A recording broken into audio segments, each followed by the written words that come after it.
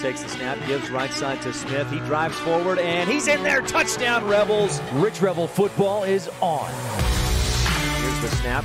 Anderson fakes the handoff. He keeps it himself, running the option. Cuts upfield to the 10-5. Dives into the end zone. Touchdown, Jared Anderson, and the Rich Rebels make it 13-0 on the Stacy's Repair scoreboard. An era of Rebel football came to a close after last season, but the end of one chapter, and that will do it. As time runs down, the Rebels win. Means the exciting beginning of the next. Turns and gives to Huffaker, who finds some room up the middle inside the 30. Coach Justin Grohl takes the reins and rides on with a roster ready to make some noise. Ott back to throw. Ball pops 3. Huffner smashed him. Kavanaugh dropped back to pass. Reagan Hufter brought the heat. Strap in, Rebel football fans, and join us for Rich High School football on Rebel Radio, KADQ FM 98.3, with live streaming video online at mylocalradio.com.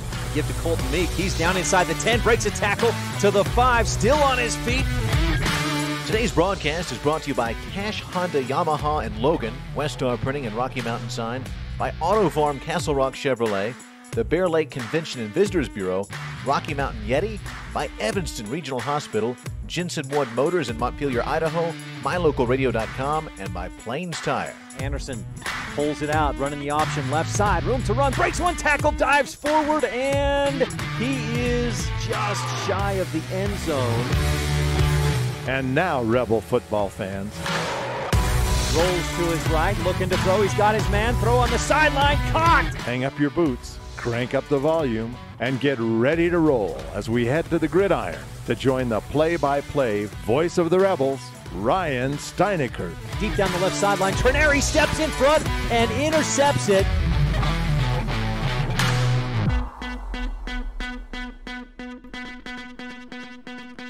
Good evening and welcome, Rebel fans, to Rich Rebel Football on KADQ. Tonight, the Rebels are in southern Utah. We're down in Red Rock Country and Parowan Ram Country as the Rebels take on the Rams. Kickoff is scheduled for just over 40 minutes from now. In the meantime, we have the pregame show presented by Rolene Kennedy, Rich County's representative at Auto Farm Castle Rock Chevrolet. We'll hear from her and Auto Farm Castle Rock Chevrolet, and then we'll set the scene for today's game of Rich Rebel Football on KADQ FM 98.3 with live video online at mylocalradio.com.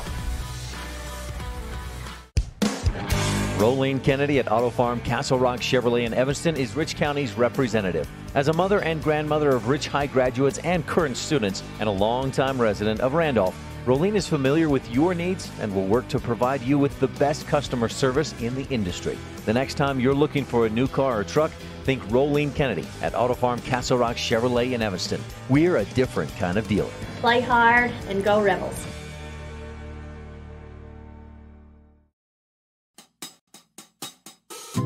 Because achieving financial goals requires a plan, it's nice to know that you can visit the Zions Bank Randolph branch to discuss and plan your investment strategies with a financial specialist. Your Zions Bank branch also offers banking on the go with mobile banking and bill pay, home loans, checking and savings accounts, and more. You'll always see a friend at the Zions Bank in Randolph, Utah. Stop in today. We haven't forgotten who keeps us in business.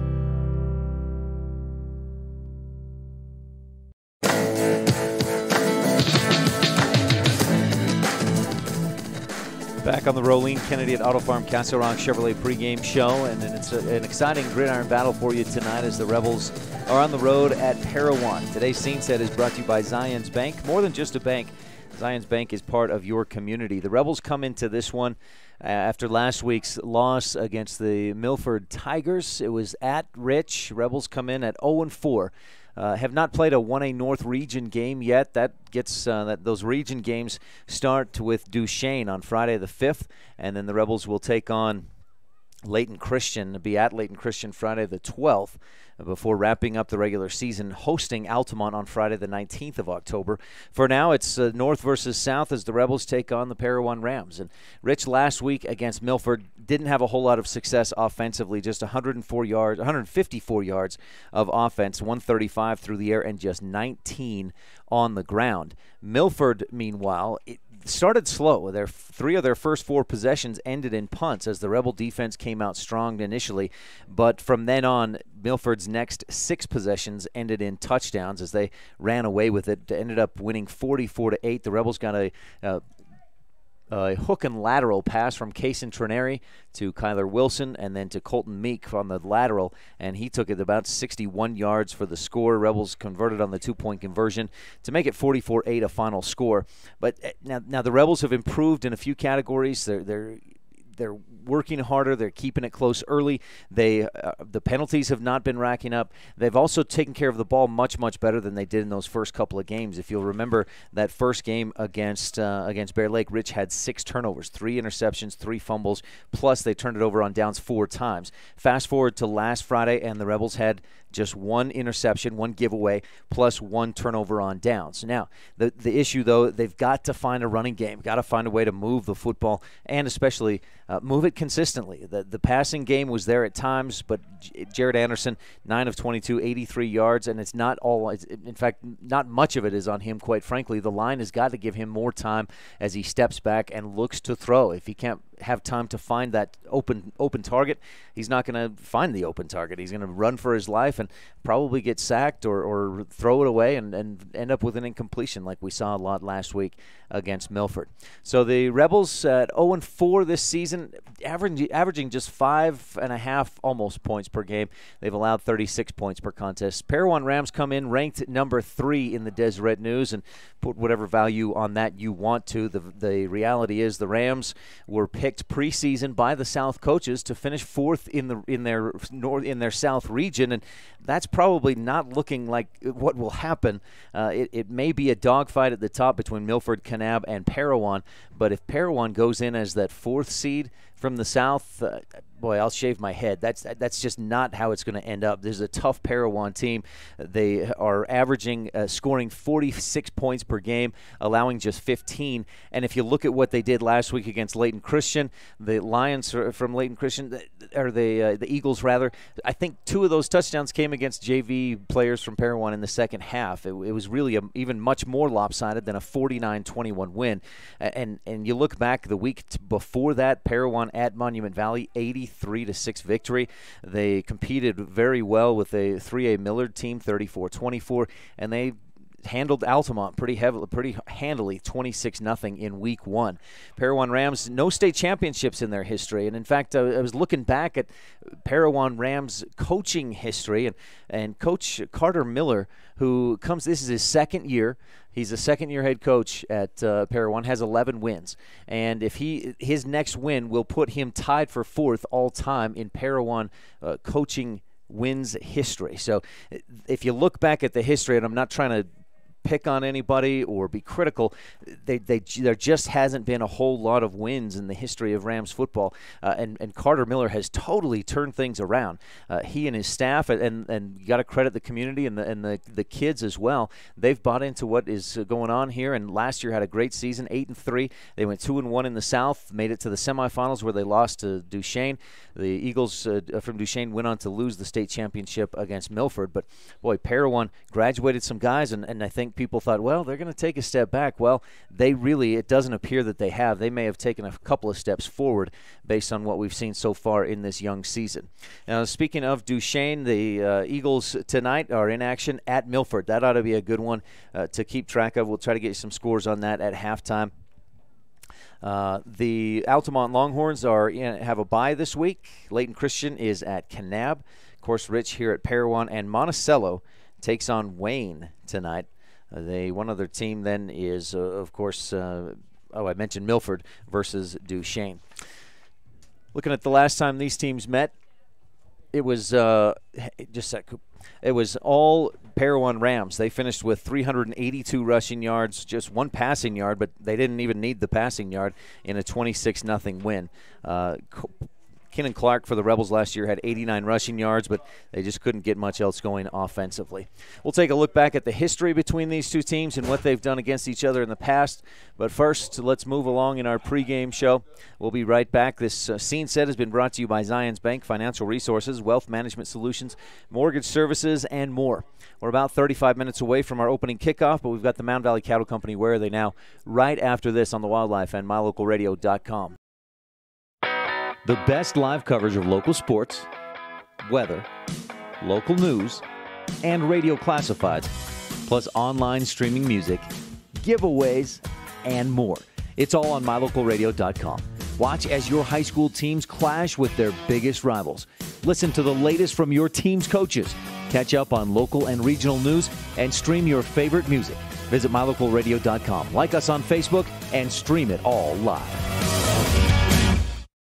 We know that when you think of Plains Tire in Evanston, you always think The Tire Professionals. Quality customer service. They're friendly with great prices. I really like Plains Tire in Evanston. But did you also know that the team at Plains Tire offers oil changes, windshield wiper checks, and free alignment checks? That's right, free alignment checks. We don't want you to quit thinking all those great things when you hear Plains Tire. We just want you to add to the list. Plains Tire, the tire professionals. Stop in today, 157 Bear River Drive.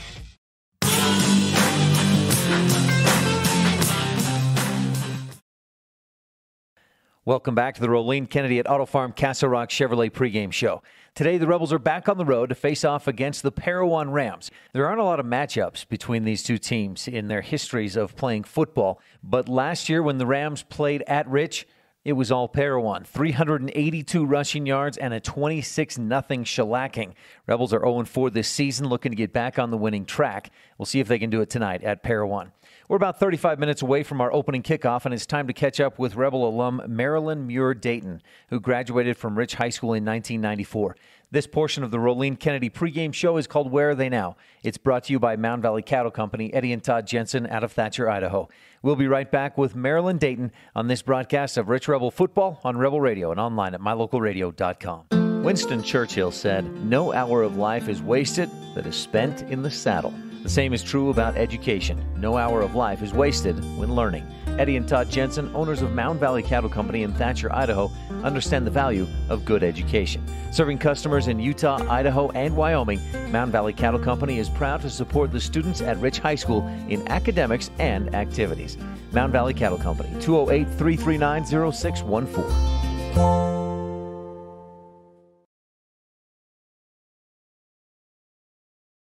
Ryan Steineckert on the Mound Valley Cattle Company. Where Are They Now? Interview with Marilyn Dayton, a 1994 graduate of Rich High School. Marilyn, thanks for your time today. Yes, you're welcome. It's good to be here. Let's start off. Where are you now? I live in Cokeville, Wyoming. How do your siblings, parents, how do folks that you still stay in touch with that are, still in Rich County, how do they feel about that? Not real great, but I've turned into a pig farmer too, and that's disgraced my dad, so. What took you to Cokeville? Tell me about your, growing up, graduating, and what did you do after that? So I graduated in 94, and then I headed off to Weaver State. I had a rodeo scholarship there, and so I stayed there and graduated in 98 in lifestyle management. And then I went from there back to Terre Haute, Indiana, to Indiana State University, where I got my master's degree in athletic training. From there, I worked at a high school in Brigham City, Box Elder High School. I was employed as their athletic trainer, and I also taught sports medicine classes there. I did that for, I think 5 or 6 years, and then I went from there to Utah State and was there for 5 or 6 years. And then after I had our third kid, it was really hard to work and be a mom, and so I decided to stay home. And then my husband, who is from here, grew up here, just didn't think life would be complete unless he could live here. So that's how we ended up in Cokeville. Gotcha. Maybe outsiders think, well, it's such a tiny town. What is there? But, man, it seems like such a great community. The sports are so strong. You drive through from that south end of the town, and there's that huge, I don't even know what it is. They call it a banner, I guess, but with all the state championships listed. And it just seems like a great place. It is, and I think everywhere I've lived, you can make it great. And sports are very, very huge here.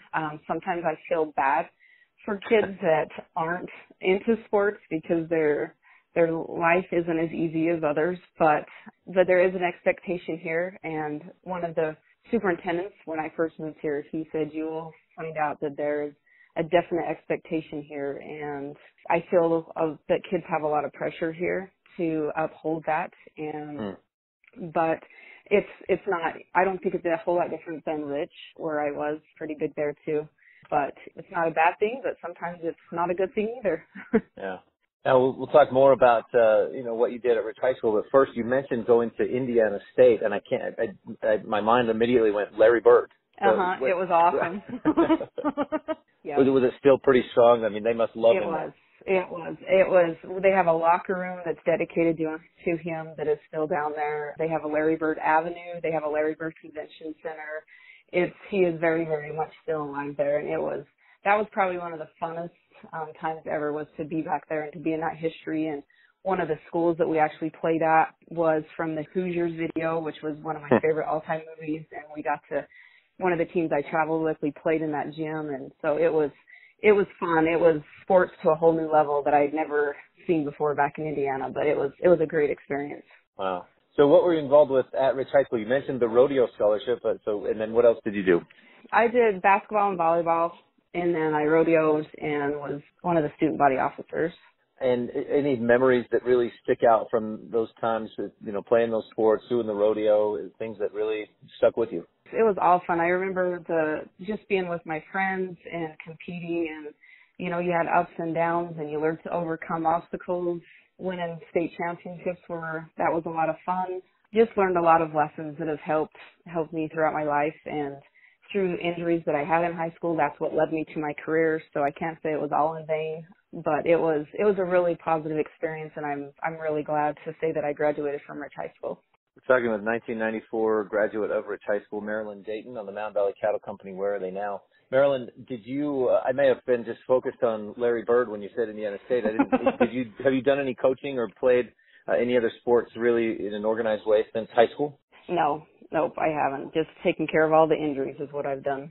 Gotcha. Your sister Jody Muir at Rich High School mentioned to me that you do training classes or seminars for the coaches or for something like that for this area. Can you tell me about that? So in Wyoming, they just, all of our coaches here have to have what's called a Care and Prevention of Athletic Injuries class. And so I just go throughout the state whenever I'm asked, and I just teach that class, and we just go over injuries and how to tape and take care of concussions or emergency medical stuff that might help, because being from a rural area, there aren't a lot of medical places that can help. And so we try to help the coaches with that, give them a little bit of a background so that if an emergency does arise, that they can help in that situation. Cool. And do you have kids now that are getting to the age of Cokeville High School and playing sports and contributing to the teams? I do. I have 6 kids, and my oldest is just a freshman this year. So we're just starting. I've got a freshman, and then I've got a 7th grade girl that's in the junior high sports, and then I've got a 5th grader, and now I have to think, a 2nd grader, and a kindergartner, and then I've got a 3-year-old here at home. So we're just starting the joy. I'm sure you've been doing a lot of travel though with the sports leading up to now. Yeah, yes, it's been a huge part of my life and a part of my career, and so it's been fun to carry that over here and to help with the injuries and any way that I can to help take care of athletes over here. Is there anything that we haven't touched on that you'd like to talk about, Marilyn? No, I think we've covered most of my life. It's not really eventful, but. Oh, but you're at the kids. You're making a difference in their life and doing some good things with the area trainings and doing some good things. It sounds like. Yeah, we're trying. Just always try to get through every day and make it a positive experience. That's kind of what I wake up and want to do every day. I like to close these interviews asking for a prediction on the Friday night football game. The Rebels are at Parowan, and Parowan's ranked number 3 in the Deseret News rankings. I don't know if that means anything, but Marilyn, can you give me a prediction for Rich Rebel football at Parowan? I'm going to predict that the losing streak is over and that Rich will win 14-7. Nice. You've obviously continued to follow the Rebels a bit. Yes, I have a son that loves to rub it in his Aunt Jody's face. And so he is on the internet constantly getting scores. He can tell you every score of every Rich High sport. So he keeps me updated. I should have him on the broadcast with me. Bring him down with you. Yes, he's going to be an ESPN reporter one day, I think. Okay. 1994 graduate of Rich High School, Maryland Dayton. Thanks so much for your time. It's been a pleasure to get to know you a little bit. Good luck with all you're doing. Thank you. Thank you so much for doing this. Thanks again, Marilyn, for joining us on Where Are They Now? Brought to you by Mound Valley Cattle Company, Eddie and Todd Jensen out of Thatcher, Idaho. When we return on the Rolene Kennedy at Auto Farm Castle Rock Chevrolet pregame show, we'll visit with today's coaches on the Bear Lake Memorial Hospital Coaches Show. It's Rich Rebel Football on KADQ FM 98.3 with live streaming video at my. Bring your vehicle for service at Rocky Mountain Yeti and feel the difference. It's easy. Visit with one of the friendly service riders and then relax and enjoy hot waffles and ice cream. While you relax Yeti style, your vehicle will be worked on by our experienced mechanics. From regular maintenance to major repairs, we do it all. Have your service work done at Rocky Mountain Yeti in Evanston and feel the difference. Get Yeti'd today. Ooh, yeah. 100 Wasatch Road in Evanston. No matter what you need to have printed, Westar Printing is the place you want to have it done. Calendars, letterhead, envelopes, brochures, books, posters, vinyl banners, business forms, announcements, wedding invitations, and business cards are just a few examples. You can also have your favorite family photos printed on canvas or placed into a personalized family photo calendar. You will want to do business with Westar Printing. Stop in today. Westar Printing, 243 7th Street in Evanston.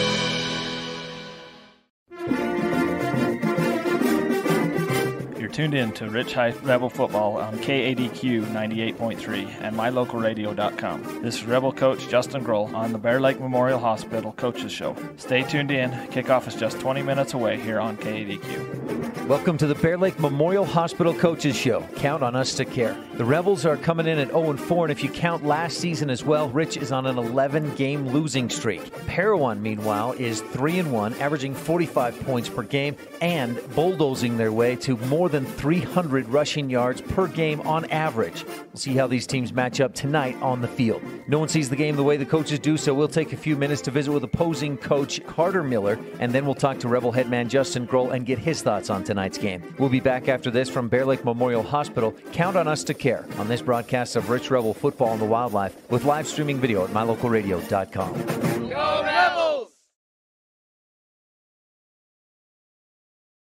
And Bear Lake Memorial Hospital placed in the top 20 for quality and best practices and critical access.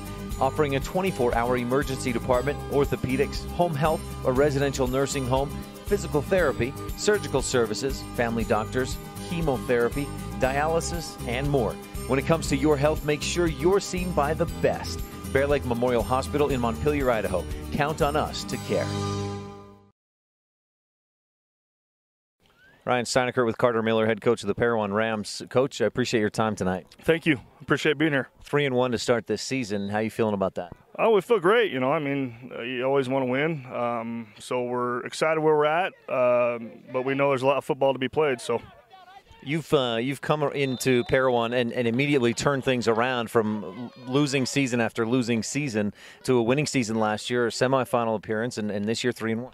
Yeah, I don't know if it's, you know, I think they were just begging for someone to come in and say he was going to stay and build a program. And I think the kids have been here all along, and they're good kids. And the coaches before me, they worked hard and did what they needed to do. I'm just lucky enough to reap the benefits. So, Coach, you come in with that philosophy. You do the flex tackle, you move the line, get a strong side line kind of stuff. Do you have to adjust that with personnel, or the guys you have here just fit that?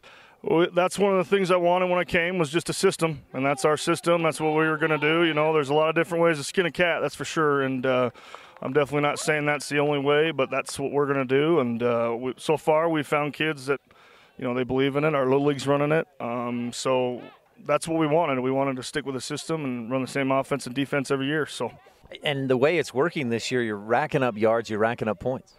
Yeah, and the kids, like I said, the kids have bought into it. They believe in it, and they run it really well. You know, it's simple. We got maybe 2-3 formations and 20-30 plays, and the kids know it, and they execute, and they do a good job. So, You had a couple of running backs graduate last year. Your quarterback is still here. Has he picked up a lot of slack?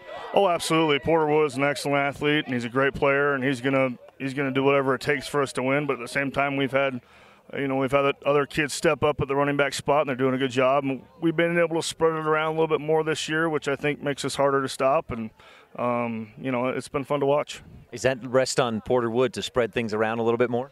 A little bit, yeah. We do run some read stuff, but a lot of it we want to just try to make sure we're going to both sides of the ball and getting as I would like each person to have around 10 carries is the goal. So, Coach, in preparing for Rich this week, what are you considering? What are you focusing on?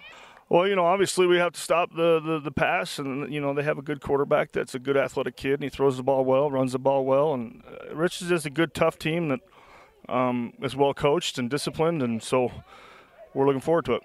What are your keys for tonight's game to beat the Rebels? Oh, they're always the same, and that's win the turnover battle. We want to rush for over 350 yards a game, and defensively we try to hold people under 14 points, and that's our goals every week. So that's what we try to do, but mostly it's the turnover thing. We want to make sure we don't give up any big plays on defense, not turn the ball over on offense. So. You said run for over 350 yards. Do you have a passing goal, like a passing yardage goal, or is that just whatever you get is a bonus in the passing game? Kind of, yeah. Well, we like to be we go by percentages. If we're going to throw the ball, we want to complete it. If we're going to throw the ball, if we need, then we want to complete it, and usually we want to complete it for something big just to keep the defense honest. So. Anything else you want to touch on, Coach? No, just glad to have you here. Thanks for coming. Carter Miller, thanks for your time. Good luck tonight against Rich. Appreciate it. Thank you. Thanks, Coach Miller. We're only about 15 minutes away from kickoff in tonight's action. You're tuned into the Bear Lake Memorial Hospital Coaches Show. Coming up on the Rolene Kennedy at Auto Farm Castle Rock Chevrolet pregame show, we'll visit with Rich Rebel head coach Justin Grohl on Rich Rebel Football on Rebel Radio and online at mylocalradio.com. Many of our customers have trusted Jensen Wood Motors for generations. It's important to all of us here at the dealership we always work for the people. My grandpa was a man of his word, and he passed that tradition on to us. We understand that we're here to serve our customers, and every day we try and do that to the best of our ability. We really appreciate each customer, and we want to make sure that they feel that when they're doing business with us. Jensen Wood Motors, Chrysler, Jeep, Dodge, Ram, Montpelier, Idaho. My name is Dr. Micah Pullins. I'm an orthopedic surgeon at Evanston Regional Hospital. Orthopedic surgery is the practice of medicine centered around bones and joints. It's all about movement and activity and getting that to be less painful.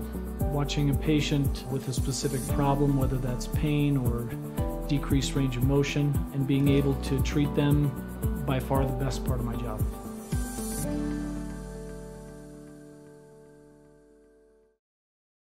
Welcome back to the Rolene Kennedy at Auto Farm Castle Rock Chevrolet pregame show. We're in the middle of the Coaches Show, brought to you by Bear Lake Memorial Hospital. Count on us to care. I mentioned earlier the Parowan Rams averaging almost 312 rushing yards per game. The Rebel defense, on average, has allowed 219 rushing yards per game through 4 contests this season. Rebels will have to be even better than that tonight if they want to hang with this bruising Parowan Rams team. Stay tuned. We'll be right back to a talk with Rebel head coach Justin Grohl and see how he plans to do that tonight at Parowan on the Wildlife and mylocalradio.com.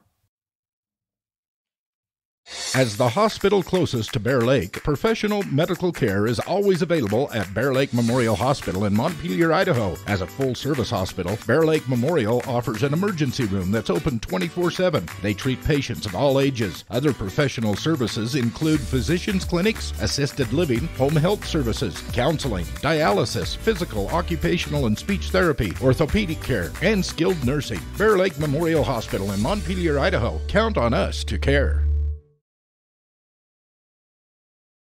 Ryan Steineckert with Coach Justin Grohl, the Rich Rebels. A few days to settle in. Looking back on the Milford game, how do you feel about it? We did some good things. We did some stupid stuff, but overall, I think we're learning. I think we're growing, and we'll continue to progress throughout the season. What's your take on the difference from first quarter to second quarter? Their first 5 or 6 possessions resulted in 1 touchdown. Their next 6 touchdowns. We come out and did what we was wanting to do. We rushed and hurried the quarterback. When we let him get to where he wanted to go, he could pick you apart. He's a very good quarterback, and our thing going in was let's make him run around and try to find people. And that the other thing is we need to tackle a little better. We're hitting 2 or 3 times and then they're keeping going. So if we make the initial contact and tackle, I don't care if it's pretty or not, at least get them down. Then I think we do very well. And we started with that, and then we'd let him hit 2 or 3, 4 people, and we just wouldn't wrap up, and away he'd go. That may be a bigger key this week, especially considering the type of team you're playing, the big, physical, punch-in-the-mouth type team. You bet. This one, they're going to run it right down your throat and just expect, hey, we're bigger, we're more physical, we're going to get after you. And so if we don't tackle, we're going to be in trouble. So we're going to have to work a lot of hitting, wrapping up, and getting them down the first time. Even if they have to drag you and let a whole bunch of other people come and get to you, that's fine, as long as you hold on and don't let it give them 5, 10, 50 more yards. Last week, near the end of the game, Jared Anderson looked like he kind of took himself out. Had he just taken a beating and taken enough? Yeah, he had the last one, it kind of hit his head on the back, but, he just had a little bit of a headache. I don't think it was too bad, but in the quarterback position in the offense we run, you're going to take a beating and stuff, and we've got to work on a little bit, securing our blocks a little bit longer and a few things. So, but he just, with the score the way it was, I kind of told him, hey, don't go back in. He was hurting, probably could have if we really needed it, but at that point with 2 minutes left, barring a huge miracle, nothing would have changed. So there was no sense of getting him hurt, live to play another game. Your offense is built to have the opportunity for some big plays and pick up big chunks of yardage. Do you feel like there's still a long ways to go to get to that point where you're moving the ball up and down the field? Yeah, we've got to secure blocks. We've got to follow our blocks, and that. So yes, we have a lot of things to secure. It's brand new for most of these kids. It's kind of the same, but it's not quite. So they're still learning. We've learned and we've grown from the very start. The wins and the success that way has not come quite yet, but I feel like it's coming. We're just have to tidy up a few things, and it'll change, and everything will change our way. You said tidy up a few things. Are there a couple little things like, man, if he just gets that one block for even half a second, or you missed the hole for your running back, or things like that? Yeah, a couple of things. We watched a couple of the running backs. We had a lead blocker, and one would go in the hole, and the other one would go the next hole over. So you run the ball instead of following his blocker and getting 5, 10 yards. We run right to the backer. And so, yeah, that's the kind of little things we need to, if holding your block a little bit longer. I mean, we'd hold it for a half second and then let them go, and by then they could get away. Or, a few screens. Half the line was blocking the whole time, the other half let them go, and so it always would make it so that one person was standing there on a screen. So those are the kind of little things we need to clean up. Anything else you want to touch on, Coach? I think that we're just excited. We're moving forward, and I think things are going to finally start swinging our way. It's just to that point where we can do it. Rich Rebel football coach Justin Grohl, thanks for your time. Good luck Friday at Parowan. Thank you so much.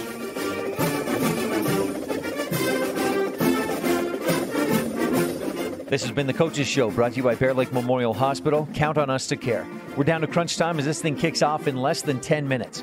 You're tuned in to the Rolene Kennedy at Auto Farm Castle Rock Chevrolet pregame show of Rich Rebel football on KADQ FM 98.3 with live streaming video online at mylocalradio.com.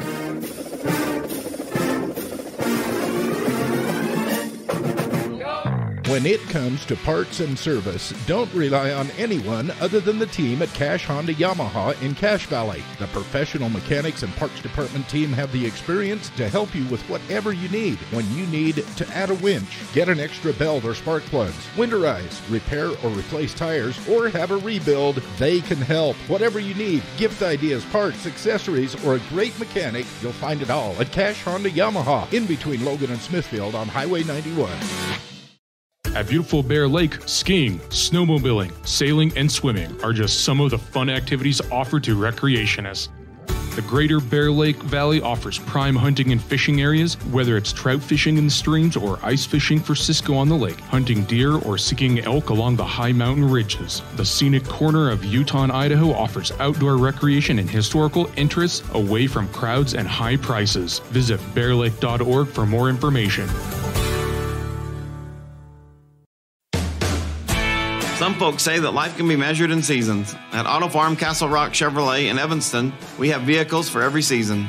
From new to experienced drivers, we understand that safety, affordability, and great mileage are always on the must-have list. So whether you're just starting out or it's time to expand your fleet, we've got every season covered. Auto Farm Castle Rock Chevrolet. Stop in today, 624 Front Street, Evanston. We're a different kind of dealer.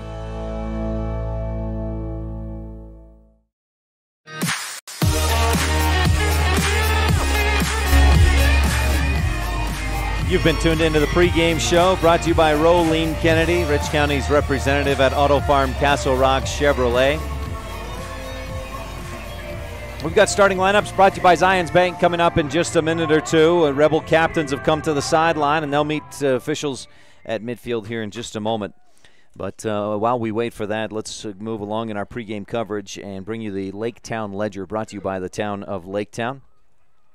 Good luck, Rebels, from the Mayor and Town Council of Laketown, Mayor Sim Weston, Council members Dallas Clark, Chris Hodges, Gary Ogilvie, and Delora White. The Rebels and Parowan Rams, looking back over the Rebel history, I could only find just 5 times these teams have met.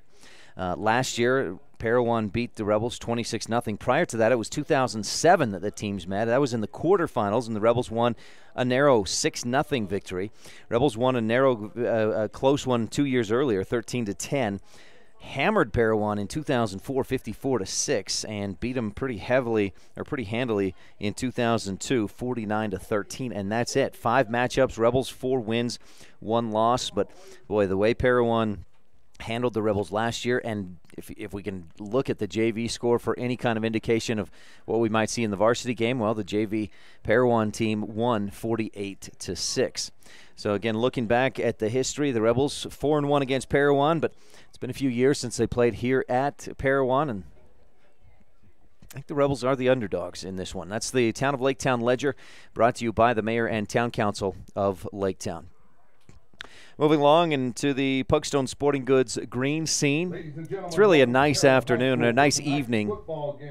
74 degrees currently here in Parowan. We're in southern Utah. The scenery is beautiful. We're down south, and it's maybe a little bit of a contrast from, I think the norm may be to have more fires down here this time of year, but it's real cloudy and smoky up north. But here down in southern Utah, it's a lot more clear, and we've got a nice night. Sprinklers on in the distance with the baseball fields and softball fields nearby.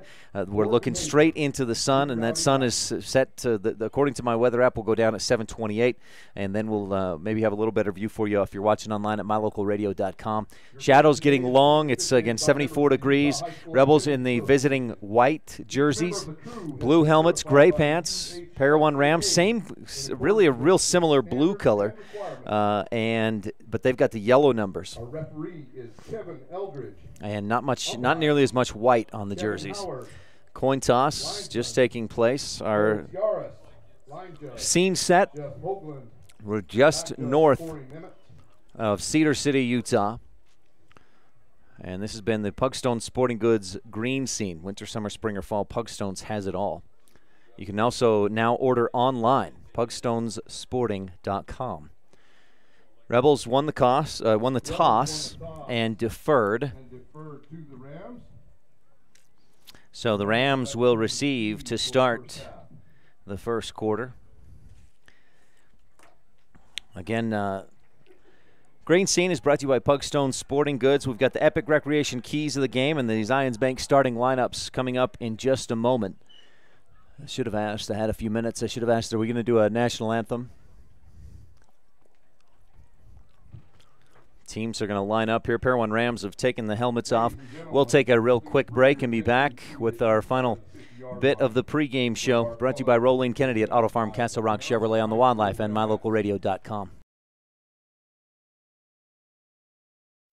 Most of our limits we have in life come from the walls in our own mind. The Town Council and citizens of Lake Town, Utah celebrate all students and staff in the rich school district. Learning and education will help make that wall in your mind shorter, so it is easier to jump over. We encourage every student to reach their full potential through hard work, continued education, and focus.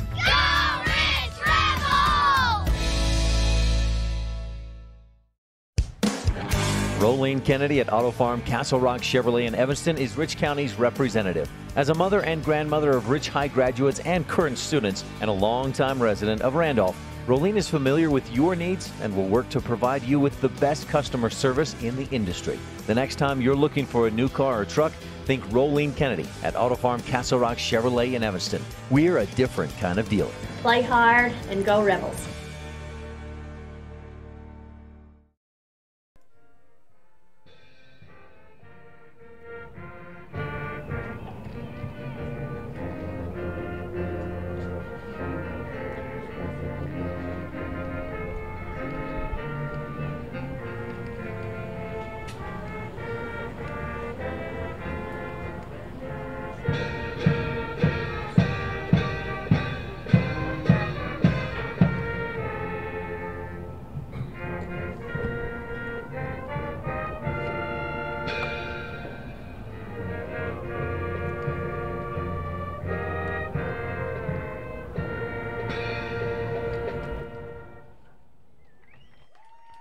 Parowan Band performing the national anthem.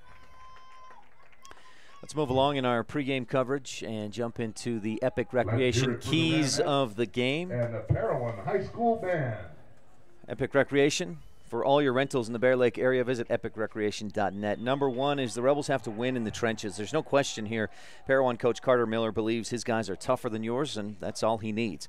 The Rams attempt one passing play for every 10 running plays. Their bread and butter, their lifeblood, their livelihood is the running game. 90% of Parowan's offensive production comes via the ground attack. They line up and they dare you to stop them. So far, nobody has. The Rams are averaging 312 rushing yards and almost 46 points per game, so that's a ton of production.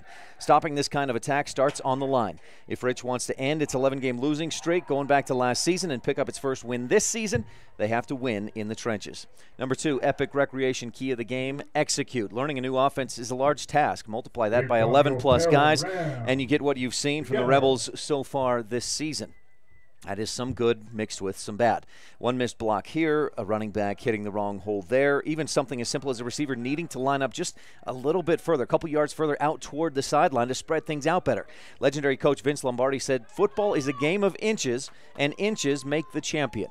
An inch here or there can make the difference between a win and a loss. A victory comes tonight only if the Rebels clean up the mistakes, focus on the inches, and execute.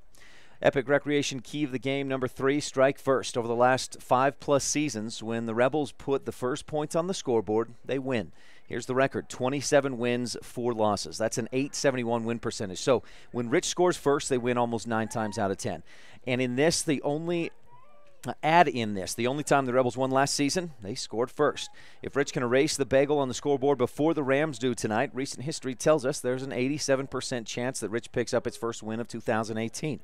Coach Grohl and the Rebels need to put something in the win column, and that starts when the Rebels strike first tonight. Those are your epic recreation keys of the game. Visit epicrecreation.net. Find us on Facebook for your rentals in Bear Lake any time of year, not just down on the lake, but up in the mountains or whatever it is, whatever else you want to do in the Bear Lake area. If you need a rental, Epic Recreation has it. Just about to get underway here at Parowan High School. We've got your Zions Bank starting lineups. Rebels will kick off, so we'll give you the Parowan offense first. Up front. Now they run a little bit different. They'll run a strong tackle and a flex tackle along with a strong guard and a short guard as Stetson Huffaker gets set for the Bear Lake physical therapy kickoff, boots it away, back to field it and back to the 5. A fake handoff as Johnson runs to his right. He's out to the 20 and he's wrapped up and brought down there. Is that Riley Taylor, I believe, on the tackle? And let's finish those Zions Bank starting lineups. Up front for the Rams, senior Daniel Horton, junior Caden Jensen, freshman Jace Little, senior Brian Torres, and senior Dixon Jones. Those guys average 220 pounds on the line. Parowan to start from their own 24, looks like. Quarterback Porter Wood up under center. He's a senior this year, returning starter for the Parowan Rams. Sends a man in motion, turns and gives off the left side of the line. A little bit of room up the middle, across the 25, out near the 30, about a 4-yard gain for Cody Hansen. Let's give Hansen 5 yards on the gain. He's the starting offset fullback. Hutch Miller, the sophomore fullback. Wingback / tailback is senior Trey Gents. Receivers are Ryan Jeffries and Spencer Cheney. We'll get you the Rebel starters in just a moment, brought to you by Zions Bank. Wood under center on a 2nd and 5, turns and gives up the middle, 3-4 yards. Rebels stop him. The ball comes. No, Miller just kept his feet, broke a tackle or two. Got out across the 35 to the 36. First down. So the Rams move the chains. A 7-yard gain for Hutch Miller. Rebel starters on the defensive side of the ball. Up front, Ander Rex, Jaden Nelson, Leo Spuler, and Reagan Huffner. Linebackers, Stetson Huffaker, Colton Meek, Colton Hislop, and Trayson Lutz. DBs as the Rams take the snap. Wood is wrapped up, bottled up, and brought down at the line of scrimmage, the 36-yard line. No gain. Rebel defensive backs are cornerbacks Kyler Wilson, Jared Anderson, and free safety Landon Hunting. Those are your starting lineups, brought to you by Zions Bank. Financial resources, wealth management solutions, mortgage services, and more at 125 North Main in Randolph. So the quarterback, Wood, goes nowhere on his first attempt. He'll keep it again this time, breaks free. He's got a first down and more. He's out in front, one man to beat at the 30 to the 20. He's finally chased down from behind by Landon Hunting inside the 20-yard line. Hunting on the tackle, but Wood picks up big yardage. And a Parowan first down. Wood all the way down. Boy, it's tough to see these yard lines with the sun glaring at us. Down to the 15. 15-yard line for the Rams. That's let's see, a 49-yard run for Wood. He'll take the snap. Quick pitch out to the right. Hutch Miller breaks one tackle, breaks another. Cody Hansen down, first down inside the 5. And Cody Hansen with a strong run. Parowan, first down. Brought to you by MJ's Custom Curbing Landscaping and Parowan Chamber of Commerce. And Parowan moving the football. Hansen takes it down. That'll be first and goal from the 4. To the 4. That's an 11-yard run for Hansen, who's got 2 carries for 16 yards. First down and 10 Rams. The JV, Parowan 1, 48-6. Wood keeps this one himself, dives up the middle. Bodies go flying, and Wood is in for the touchdown. Both line judges come in from the sides with arms straight in the air, and Wood with a 4-yard touchdown run caps off just a 6-play drive for the Rams.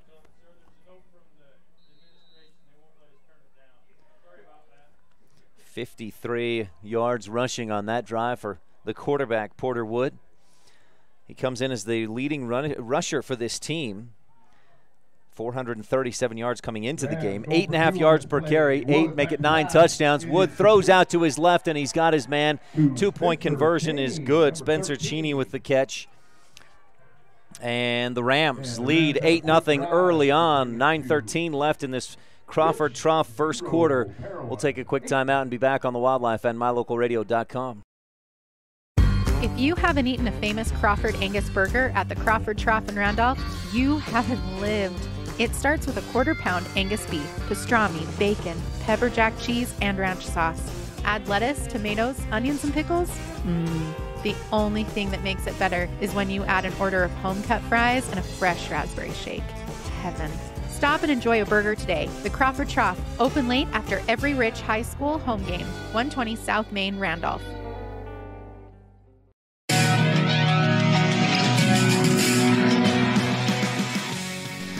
6 plays, 76 yards, most of it on a 49-yard run by quarterback Porter Wood on the keeper. And the Parowan Rams on the board. First, they convert the 2-point conversion, and lead 8-0. As Wood found Cheney. You're tuned in to on the 2-point conversion attempt. I do need to. You're tuned in to Rich Rebel Sports on KADQ Evanston. A short kick, and apologies if you're watching online at mylocalradio.com. Just that sun will go down in just a few minutes here, and then we'll all be able to see a little bit better. A short kick. The Rebels able to fall on it at the 35. So Rich will have decent field position to start. Rams so far defensively this season. Shutout Altamont, allowed 6 points to Monument Valley.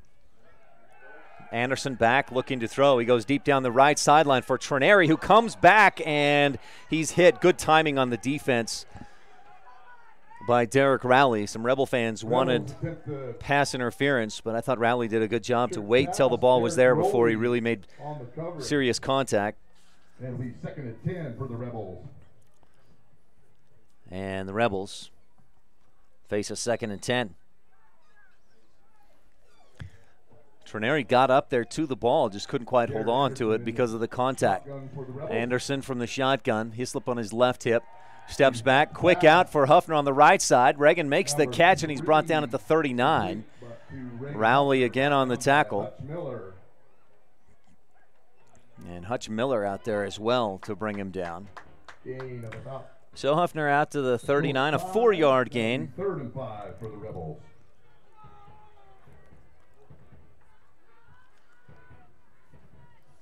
Huffner, 13 receptions, 134 yards this season, including that one, almost 11 yards per catch.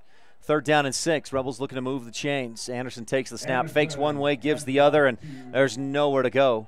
I believe it was Meek who got the handoff, and Colton had no running room. So the Rebels go a quick 3 and out. Meek did pick up 1 yard out to the 40. Colton Meek, the leading running back. The running back with the most rushing yards for the Rebels. A very poor, low, wobbly snap. Huffaker somehow picks it up off the grass and gets off a nice boot. It takes a Rebel bounce inside the 20, and they'll chase it down to about the 18. So the Rebels dodge what could have been even worse than a 3 and out. A low, poor snap.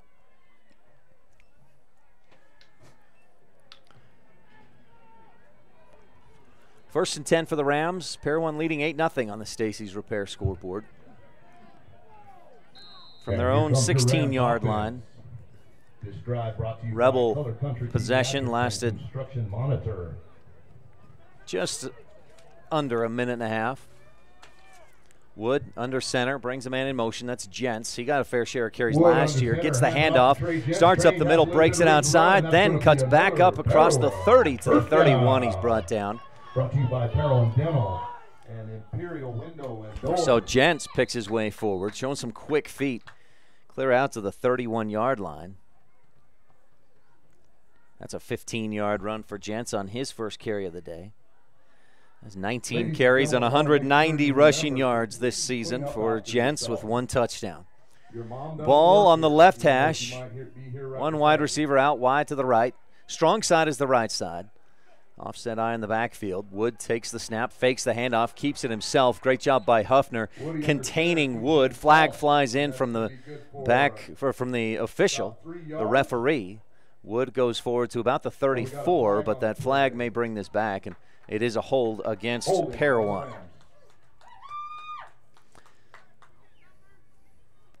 Well, some good news to Rebel fans. If you didn't catch Rebel volleyball earlier today, last night the Rebels won at Tabiona 3-1.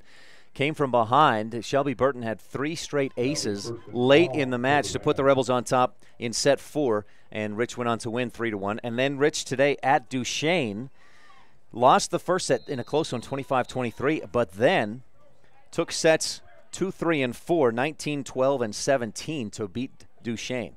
Wood keeps it himself, bounces outside, breaks a couple of tackles, then pitches late for Jensen. He's down the right sideline and finally brought down. And about a 12-yard gain, maybe more than that, as he's clear down near the 40. That'll be 2nd and 2 for the Rams. Boy, Gents all the way out to the 39. Give him 18 yards on that carry. And he's already at 33 yards on 2 carries. So a 2nd down and short for the Parowan offense. 3 in the backfield behind Wood.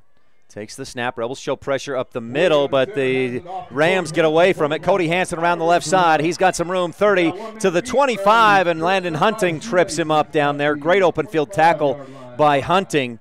But, boy, Hansen just had all day to run. Clear down to the 23, 24-yard line.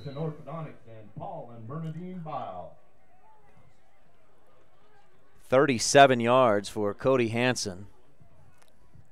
And he's already got 53 yards on just 3 carries. So the 3 big runners so far are moving the chains quickly for the Parowan Rams. Wood takes the snap outside, pitches to Gents, 1 man, and he's just tripped up. A shoestring tackle by Hayden Meek. Got into the backfield quickly and tripped up Gents for a loss of 3. So Gents goes backwards 3 yards. Great open field tackle. They talk about the running backs needing to make 1 guy miss, and the defense won that little battle. Hayden Meek. 2nd down and 13 from the Rebel 27. Rams already up 8-0. Wood takes the snap, gives it left side, and Hansen is wrapped up high and brought down. And that's Riley Taylor with the tackle. A gain of 5 for Hansen. 4:53 left. First quarter is brought to you by the Crawford Trough, the place to eat and drink in Randolph. They're open late after every Rebel home game. Rebels will be home next week in football to host the Kanab Cowboys. 3rd down and 8. Wood takes the snap, misdirection, hands up the middle. Hutch Miller breaks it outside, and he's into the corner of the end zone for the score. Parowan adds to their lead, a 27-yard touchdown run by Hutch Miller. Boy, and they're just breaking big run after big run. Run some of these off. Cody Hansen with a run of 37. Trey Gents, 2 of his runs have added up to 33 yards. Porter Wood, 1 of his carries, 49 yards. They haven't had to pass the ball. And then that Hutch Miller 27-yard run. Wood fakes the throw. He is sandwiched and brought down on the 2-point conversion attempt. So the Rams fail on the 2-point conversion attempt, but lead 14-0 on the Stacy's Repair scoreboard. That another just 5-play drive. This time they go 84 yards. 4:29 left in the first quarter. Rebels will receive the kickoff in just a bit. That drive, 3 minutes, 23 seconds off the clock. And boy, a big, just big holes being opened up by that offensive line. And we look at some of those guys, and it's some big guys for Parowan. I mentioned that they average on that offensive line 220 pounds. The small guy, freshman Jace Little, is at 190. That's about the same size as the Rebels' biggest guy in Jaden Nelson. You got big Dixon Jones at 255, Daniel Horton at 225, Caden Jensen at 230. And so far, the Rams are winning that battle in the trenches and winning big on the scoreboard. 14-0, first quarter, 4:29 left in the Crawford Trough first. Boot is a short and low one. Trineri scoops it at the 25, bounces outside. A flag flies as he crosses the 30 to the 40 and is brought down about the 41. Rebels would have good field position there, but I think the flag may be a hold or a block in the back. We'll see. So Trineri had a nice return, but it will likely be brought back.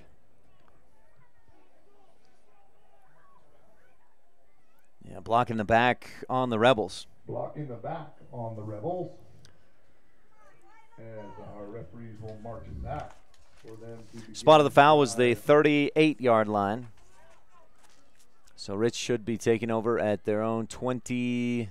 No, the spot was the 20 or the 37, so their own 27. 28-yard line for the first down. First and 10 for the Rebel offense. Spread, 2 receivers right, 2 left. Man in motion is Meek. Fake the handoff up the middle. Anderson keeps it himself. Tries to go around the left side. Has some room across the 35 and drug down to the 36. Meek and Hislop got their wires crossed and collided with each other. Meek, I just noticed, patted his own head. Colton says, that's my bad. It worked out okay as Anderson made something out of nothing, picked up 9 yards.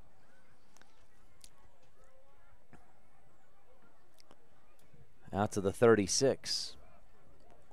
Make it the 37.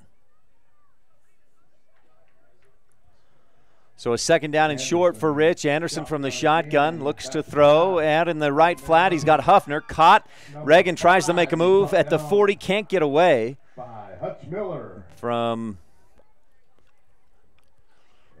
Trey Gents on the tackle. Huffner picks up 3. Out to the 40-yard line. Gain of 3 on that pass. Anderson 2 of 3 for 7 yards. Both completions to Reagan Huffner. Silva brings the play in for the Rebels. Ball on the right hash. Rich attacking left to right if you're watching online at mylocalradio.com. Maybe tough to see with that sun glare, but sun will be down in just a minute. Anderson takes the snap, gives to Hislop, and Hislop fights his way forward for a gain of a couple. Strong run by Colton Hislop out to about the 42.5. And they'll spot that out close to the 43. Rebels have their first comprehensive family dental first down of the day just a moment ago. Brought to you by Dr. Sean Grohl, Quality Family Dentistry since 1998. Anderson from the shotgun, steps back, quick wide receiver screen. He's got Trineri out on the left side. Kaysen fakes inside, goes out, and the ball squirts loose. It's out of bounds, it looks like. Out of bounds. Parowan, a couple of arms go up saying that's our ball, but I think the officials said no, it made it out of bounds before anybody recovered it. We'll see if that is confirmed here. Some discussion with the officials, and it would only be about a 2-yard gain for Rich, would bring up a 3rd and 5. The Whitecap referee, the head man, says it is 3rd down for Rich. So a 2-yard gain on the pass to Kaysen Trineri. Trineri, the Rebels' leading receiver, 16 receptions, 210 yards, including that 2-yard catch. Anderson back to throw. Pressure comes. He tries to step up but can't get away, and he's hit hard from the backside. Got away from one guy, but then Grayson Robb came in from Anderson's left side and brought him down back at about the 40, original line of scrimmage. Grayson is one of the leading sackers in the Rams defense. Grayson Robb, 5th sack of the season. He leads the team in sacks. So a 4th down for the Rebels.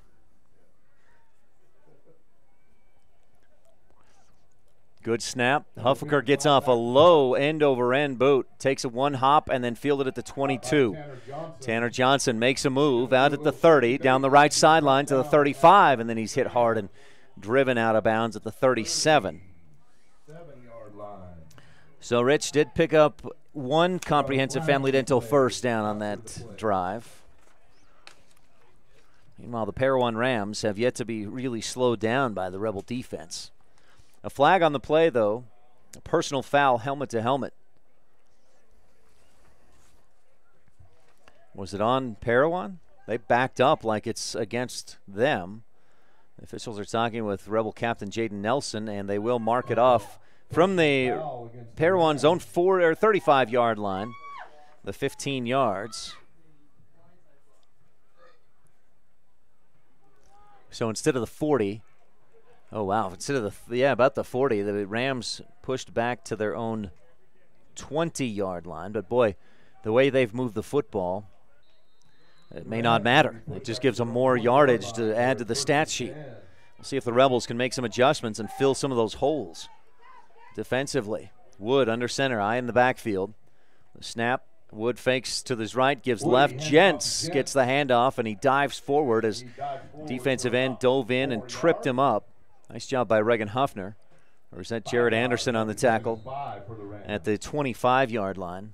A 5-yard gain for Gents. 4 carries, 35 yards for Gents. Cody Hansen, 4 carries, 58 yards. And Porter Wood, 3 carries, 53 yards and a touchdown. Plus Hutch Miller, 2 carries for 34 yards and a score. And in motion for a 2nd and 5. Wood keeps this one himself, and nice crash in. Huffner forced him back in. Great containment. And then Reagan crashed in as soon as Wood cut back up toward the middle. Huffner came in and brought him down at the 26-yard line. It'll be a 3rd and a short 4 for this Rams offense.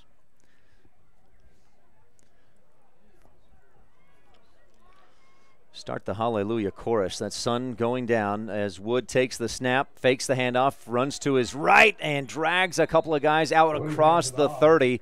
That may be just enough for the first down. Line judge on this side, Rebel sideline, says move those chains, and the chain gang ups and moves down. And it is across the 30 for the first down. That ought to take us to the end of the first quarter. A 4-yard gain for Porter Wood. And the Parowan Rams lead 14-0 on the Stacy's Repair scoreboard. This is Rich Rebel Senior Trayson Lutz, and you're tuned into Rich High School Football on Rebel Radio at mylocalradio.com.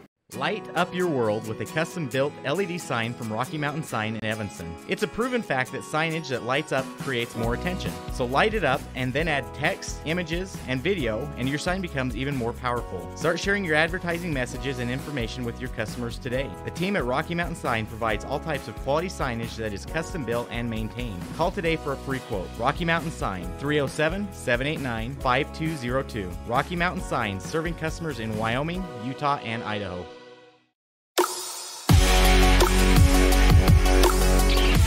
Bring your vehicle for service at Rocky Mountain Yeti and feel the difference. It's easy. Visit with one of the friendly service riders and then relax and enjoy hot waffles and ice cream. While you relax Yeti style, your vehicle will be worked on by our experienced mechanics.